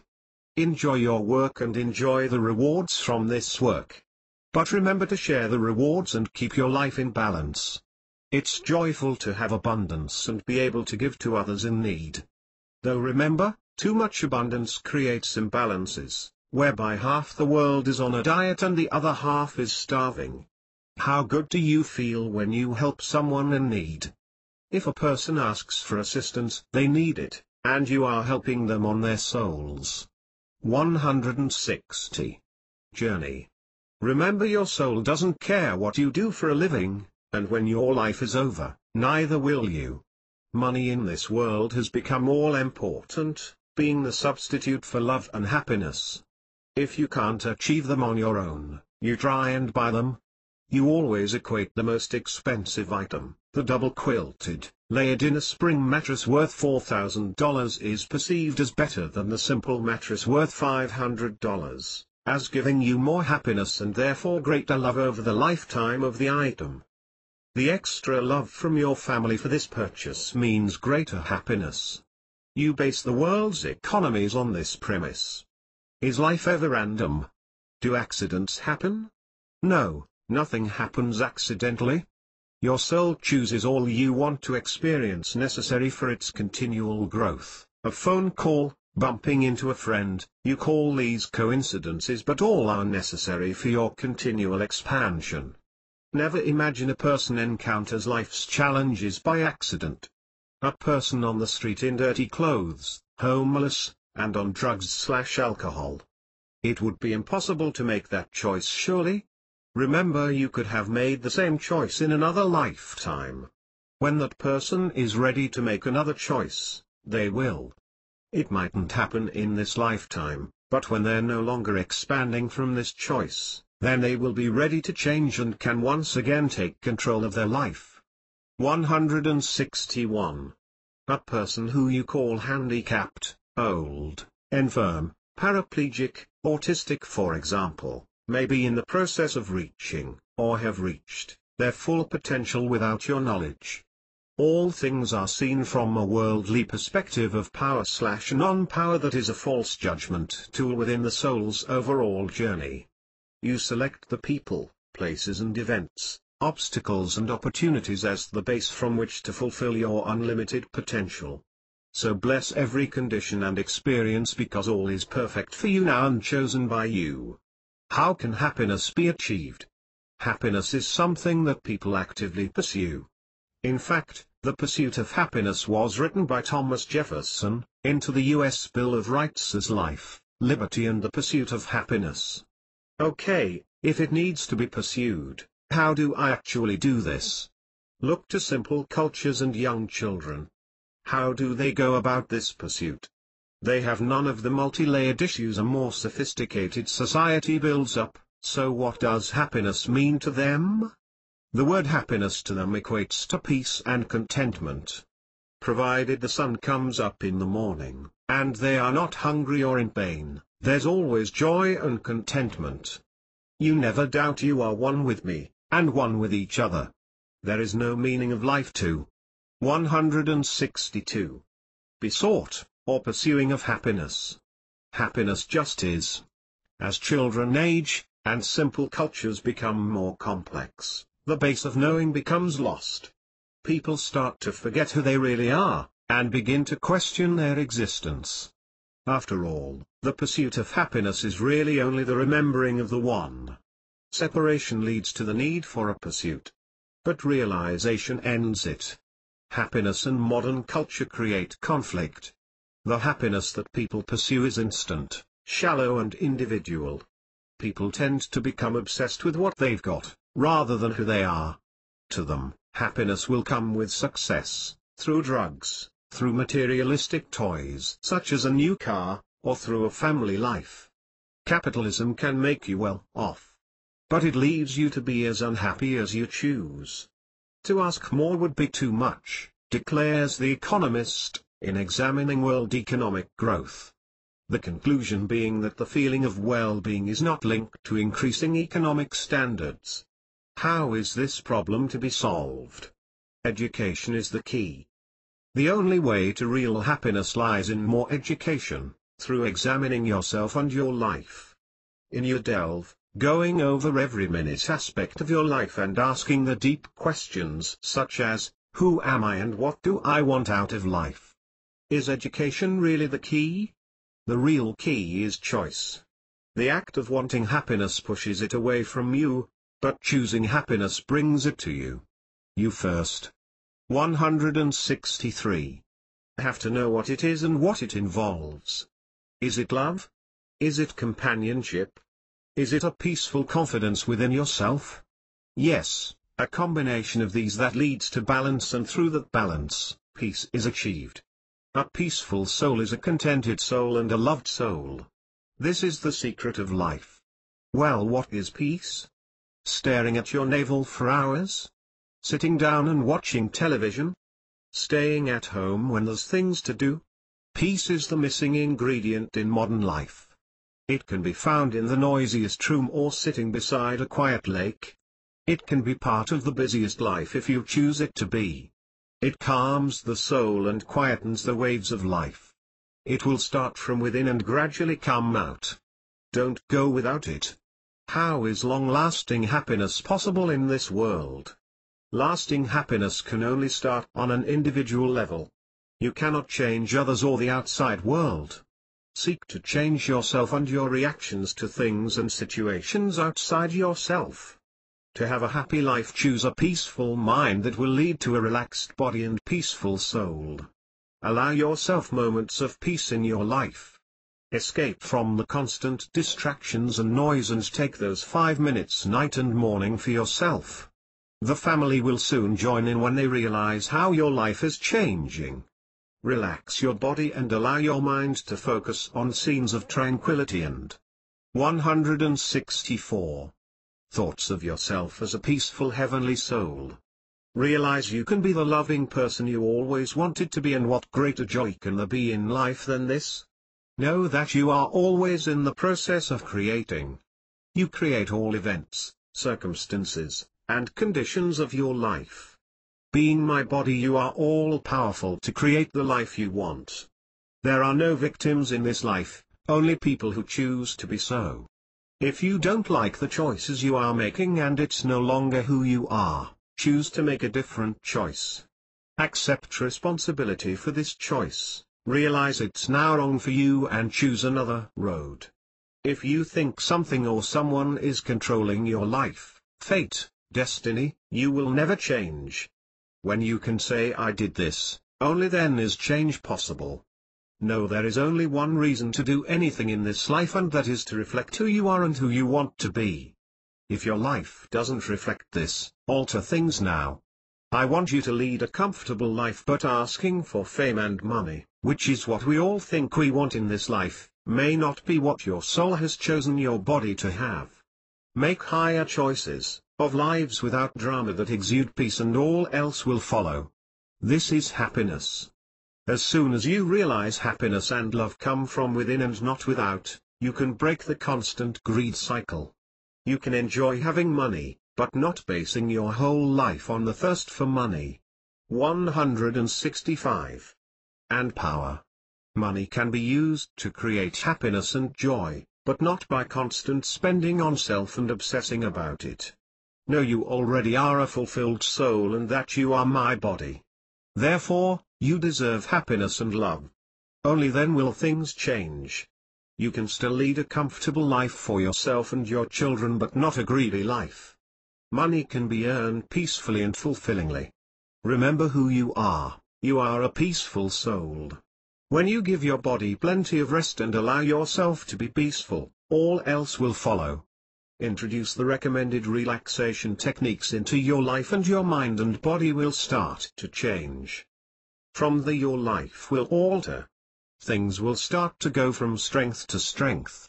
Only by viewing life from a peaceful perspective, will power be able to enter your life. Remember, power doesn't come from a stressed mind but from a relaxed mind.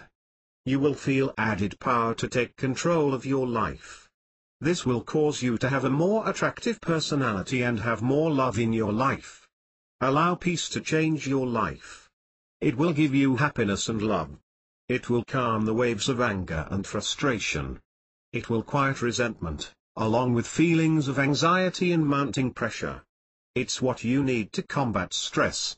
It's necessary, in order for you to choose the abundant life that you can have. Give yourself those 5 to 10 minutes each day, for the body first. 166.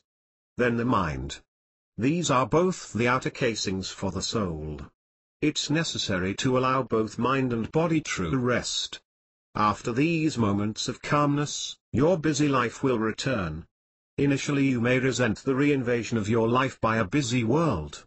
But in the end, by controlling your mind and relaxing your body, you will start to take the resulting peace and tranquility with you. It will reside within you, if you choose for it to be so. Happiness is always there.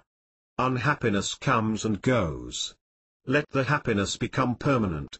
Be the change you want to see in the world. Gandhi. The power of one is the base from which change will occur. Change yourself and you will change the world. There can be no real change unless it comes from grassroots level, which ultimately is just you. You have to decide now who you want to be, and where you want this world to be heading. Happiness within is the only way to create happiness without and allow a new value system shift to occur. If enough people create the groundswell, nothing can stop the shift. You are never alone. Remember, I am always with you when you decide to start the process of change. After this, nothing can stop you. The world is deciding to come together on issues of repressive. 167. Regimes and global warming. You are not alone in this world and separate from others. We are all one. There can be no victims unless you allow yourself to be that victim. Head towards the positive aspects of life and you'll move away from being an inert watcher of life, to being a positive seeker and changer of life. And when you change, you'll contribute to making the world a better place for all. Lead the way towards change. Radiate some light and lead to happiness, love and peace for all. This help is what the world needs now more than anything. You and I are one, and may the divine light be with you. 168. Conclusion. Most of the world considers life a trial, a time of testing and suffering. Religions teach us that the experience is to be endured until the real joy starts after death. Most people see joy and fun as wicked rather than a gift to be enjoyed. Small wonder that people abuse and misuse any pleasure. They use it to increase their power rather than as a vehicle of giving and receiving love. Decide who you want to be. I have told you who you are, the next step is yours. Always remember who you really are, my body experiencing a physical life. Which life do you want to have? The one you're having now, full of fear, anxiety, anger and tragedy, or the one you could be having full of happiness, love and peace? Your life can be turned around if you make a new decision about who you are and want to be. Only you have ultimate responsibility for this. You will need help to change, but know I'm here. Listen to me in the quiet of your mind and in the depth of your soul. The truth is there. My answers are everywhere in your daily life. From the small thought, to the overheard conversation, to a television show. It doesn't have to be heard in church as I am you and you are me. No, I am there when you hear the rain on the roof, ride the waves, see the sun rise and smell a rose. You are a small speck, on a small planet at the outer end of your galaxy, but know that you are my creation and myself. I will always be there with peace and light and love. Copyright 2009 E. L. Howard.